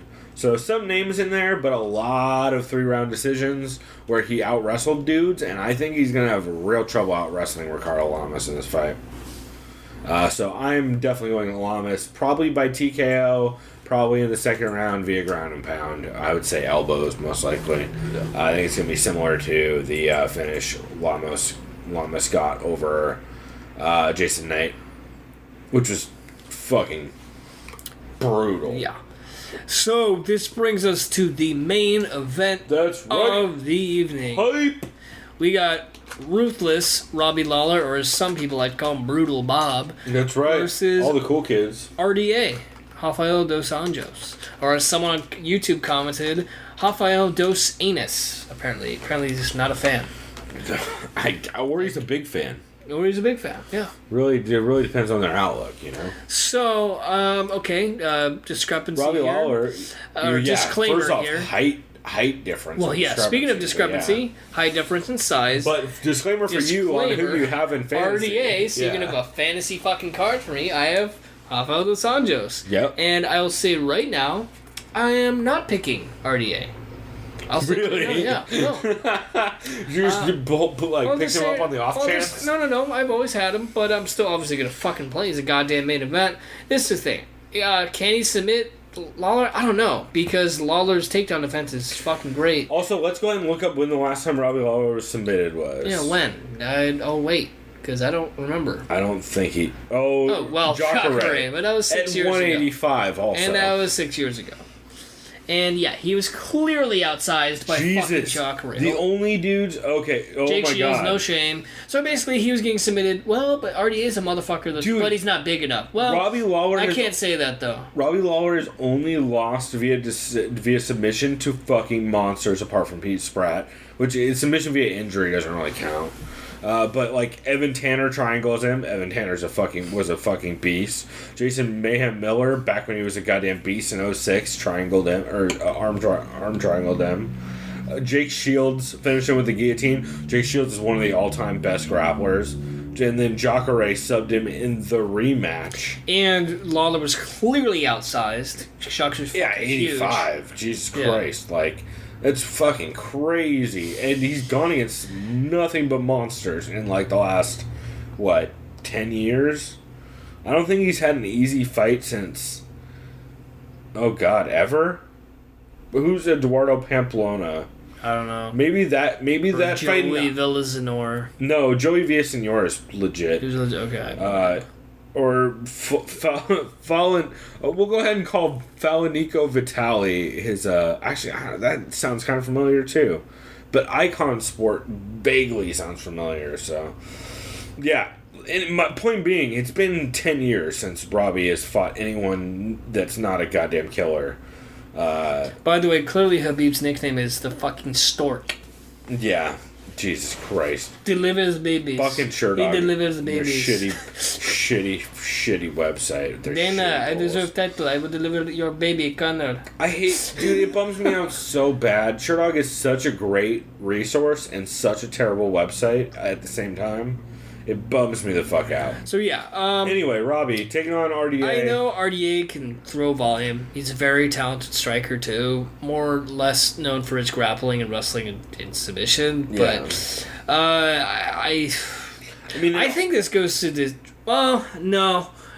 This is a fight. Yeah, you know what? I think Lawler's going to finish him. Kind of similar to what Eddie Alvarez is. High volume against the cage. It's going to be a TKO. I can see that Lawler just throwing fucking heat. Fucking Jersey. Yeah. You know, I don't know. Eddie fucking Alvarez. You mean Philly. Philly. Fucking Philly. Yeah, Philly. You can't eat that hot. Fucking. That's all Philly hot right there. Fucking Joey Diaz. That's one of the greatest clips of all time. Conor McGregor. Back 8 lunches, motherfucker. Yeah. Fucking Jesus, that's one of my favorite clips of all time. We used it as the intro for that week. Yeah. I remember that because it's one of the best. Yeah, I love RDA. Can he win? I mean, if he does win, he deserves a motherfucking title shot. That's all I'll say right now. Fuck Colby 100%. Covington. Give that shit to RDA. And I think Tyron would take that fight. No, yeah, he would for sure.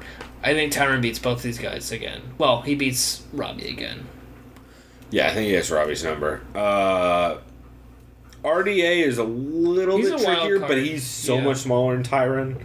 And that's it's weird. He's like the same height actually, but he's smaller size wise. Well, yeah, Tyron's like a. That's what I mean. He's smaller, but in size. Yeah, although not height. Don't forget that RDA is Conor Rebush's thick boy, as he described him this week on Heavy Hands. That's great. That show's so fucking good, man.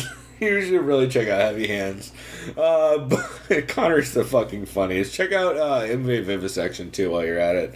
He had some great lines on that. So okay, clearly the winner of this fight gets a title shot, right? Like, say, fuck it, Robbie gets another shot.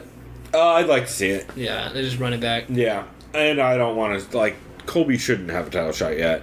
Even beating Damian Maia, like, he needs somebody else. I mean, he almost finished him, I get that, but still. He needs somebody else in the top 5, though. Because he be the loser of this fight. All he did was counter wrestle. Wonder Boy? That'd be interesting. Wonder Boy versus Colby? Colby will never take that fight. Yeah, no, Colby... Because Colby's not as smart as Tyrant, too, as far as avoiding that striking. Yeah, I honestly think Wonder Boy would knock him the fuck out. Really what I want, even though it'll never happen, do Colby versus Darren Till. That'd be such a bad... Well, I don't know Darren Till's takedown defense, though. No one does. Yeah. So actually could almost be terrible for Darren Till, though. He could get wrestle fucked. For either one of them. You get wrestle fucked. Because clearly Colby has amazing wrestling. We know that, too. Yeah. Oh, yeah. That's the thing. If Colby did fight Woodley, which I'd still be in favor of, I think it'd be a wrestling fucking great match. But it'd be to the point, though, where Woodley would just overload his overhand and just catch him clean. Yeah. Probably. Like, he was not going to fuck He's up. nowhere near the level striker you have to beat Tyron Woodley. Yeah. Like, I don't doubt that he can match his wrestling. I don't doubt that. He's probably got almost... but not... He can't take Tyron down. Yeah, that's what I'm saying. Yeah. Like, he could probably defend against a lot of Tyron's shots, too. Like, Tyron won't try and take Colby down. But he wouldn't, he would just punch him in the face. Yeah, exactly, yeah. Because people sleep on Woodley's takedown defense, but because everyone forgets, motherfucker works out with Askren every day in the goddamn gym. Like, if you're wrestling with Ben Askren... And Askren's retired with a caveat, so he'd be like, I'll just do tape study on Colby and just tell you what you need to do. And he's like, alright, thanks. Yeah, Askren said he will fight any number one 170-pounder in the world not named Tyron Woodley. So, man, yeah. So you said you're leaning Robbie? Brutal Bob, yeah. I will always pick Robbie, although I don't think I picked him in the Cerrone fight or the Woodley fight. No, I did pick him in the Woodley fight. I picked him in the Cerrone fight only because Cerrone doesn't do well in high-profile fights. I'm pretty sure I picked Cerrone, but I love Robbie Lawler. He's one of my favorites. I mean, how can he not be? He's got that Zen-like aura to him, and he's just such a guy, fucking savage. Like, that dude's career is so fun to watch. If you have time, go back and watch some of his earlier fights. When he had hair.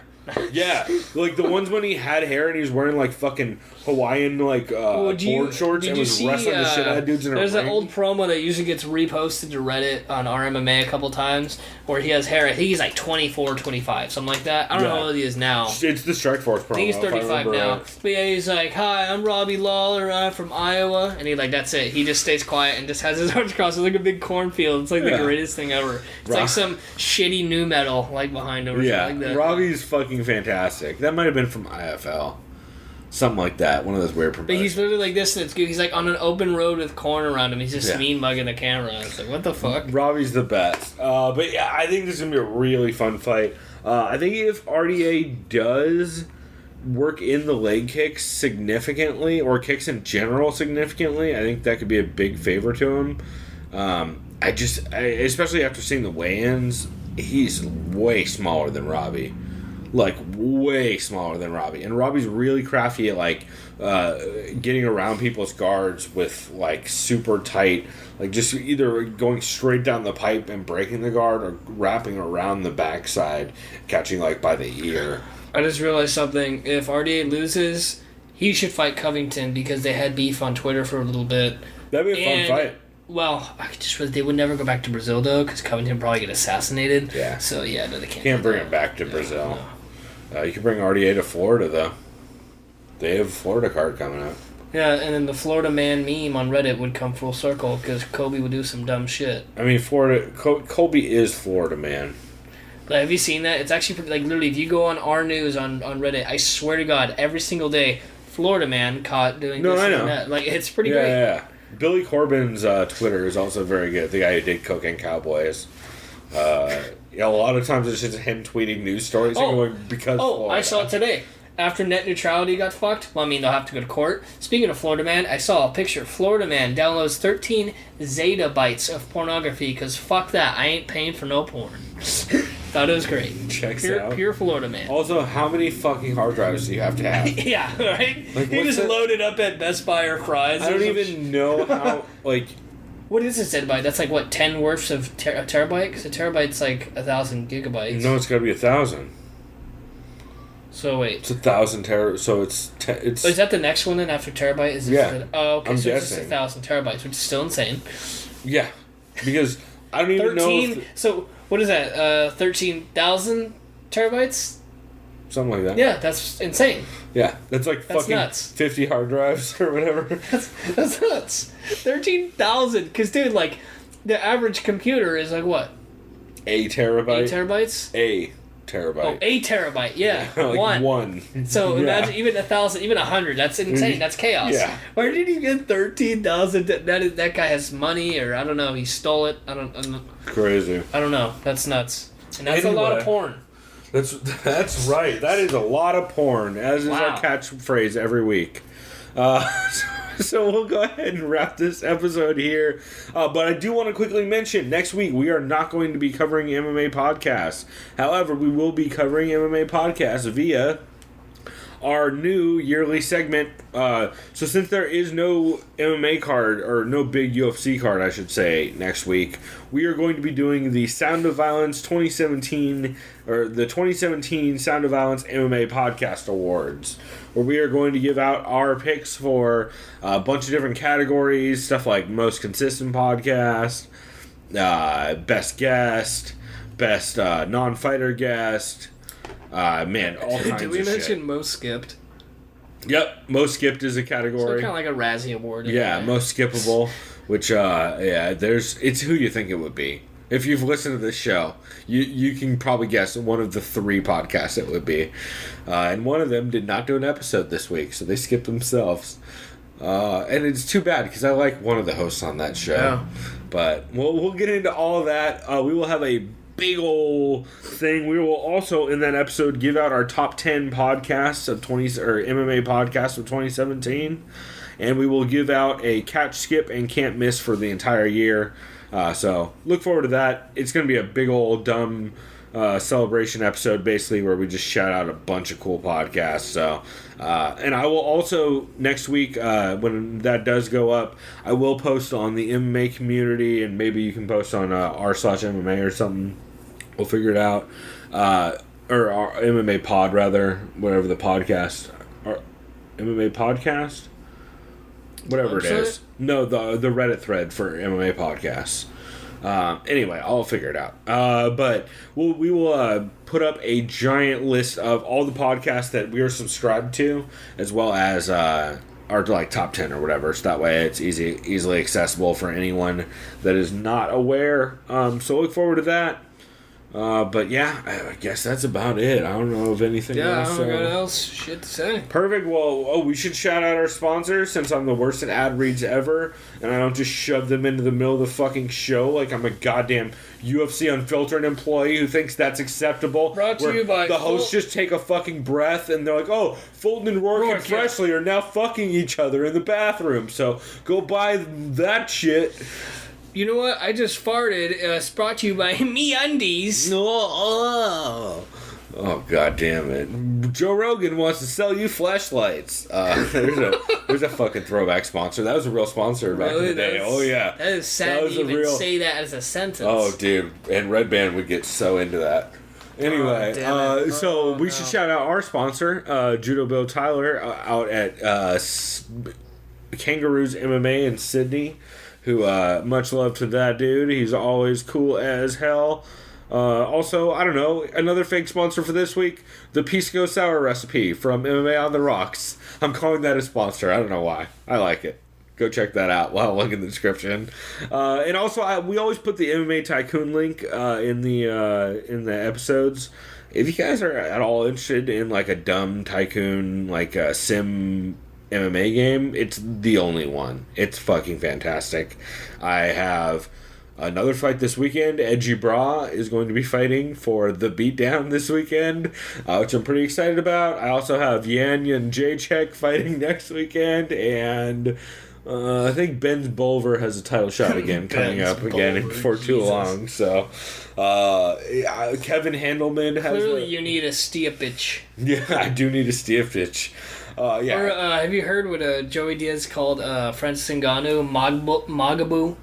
Did you ever hear that? No, he was like last week. He was like, yeah, this Francis from Magaboo motherfucker. Like, when I saw him written out, it's like Magababu or something like that. It's like his name that he called Ngannou. Oh man, yeah. And then Joe cuts up. He's like, "You mean Ngannou? Yeah, that motherfucker." Checks out. Oh, that's awesome. Well, we will go ahead and wrap this here, but as always, you guys can find us on Twitter, TSOVPod. You can send us an email, chris@thesoundofviolence.com or sovpod.com. Shit, what else do we have to plug? I mean, if there's any podcast aggregator or site or anything you guys use that we're not on, I think we're on fucking everything that they'll let us on. Yeah, I was going to go ahead and tweet that at us. Yeah, email us or tweet us and we can all get that set up immediately. We got a YouTube channel if you want to subscribe to that. It's just mostly our episodes with the show art. Yeah. But you'll recognize that yellow font. Yep, you'll recognize that yellow font and that yellow cage.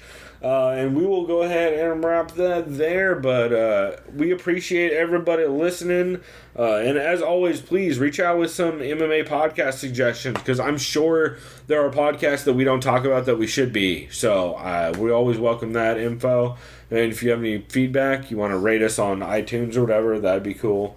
But who fucking cares? I don't know if that even matters. Depending on how many listeners we increase or whatever, or some sort of goal we might meet, we may or not reach out to Spotify eventually. We shall look at I've already applied to Spotify a couple times. Okay. They're not interested yet, but I've tried a couple times, so I'm keeping on it. Okay. I'm like Audrey Marcus. I just stay on it. So we'll go ahead and wrap this here, but everybody go subscribe to everything. Go check out, you have any cool articles or anything coming up? No. Right. Well, to be fair, I've been a lazy shithead. Well, school, but you know me. True. Now that I'm on my winter break next week, I'll try to cook something up. True. And we did actually put together for your class. We did that dope ass weed thing that we might end up putting up at some point down the line after Chris is no longer in that class and can't get in trouble for it. So maybe we'll do January 1st when it's fully recreational. Yeah. There we go. Yeah. You know what? Maybe on January 1st for a celebration of weed being recreational in California, maybe we'll put up that video of Chris's, what was the name of that? Do you remember? Stereotypes Against Cannabis. It turned out pretty cool, actually. Yeah, thanks for your help, man. That's it worked out all right. So keep an eye out for that. And, hit us up. Until next time, everybody, go do something decadent. We out. Later.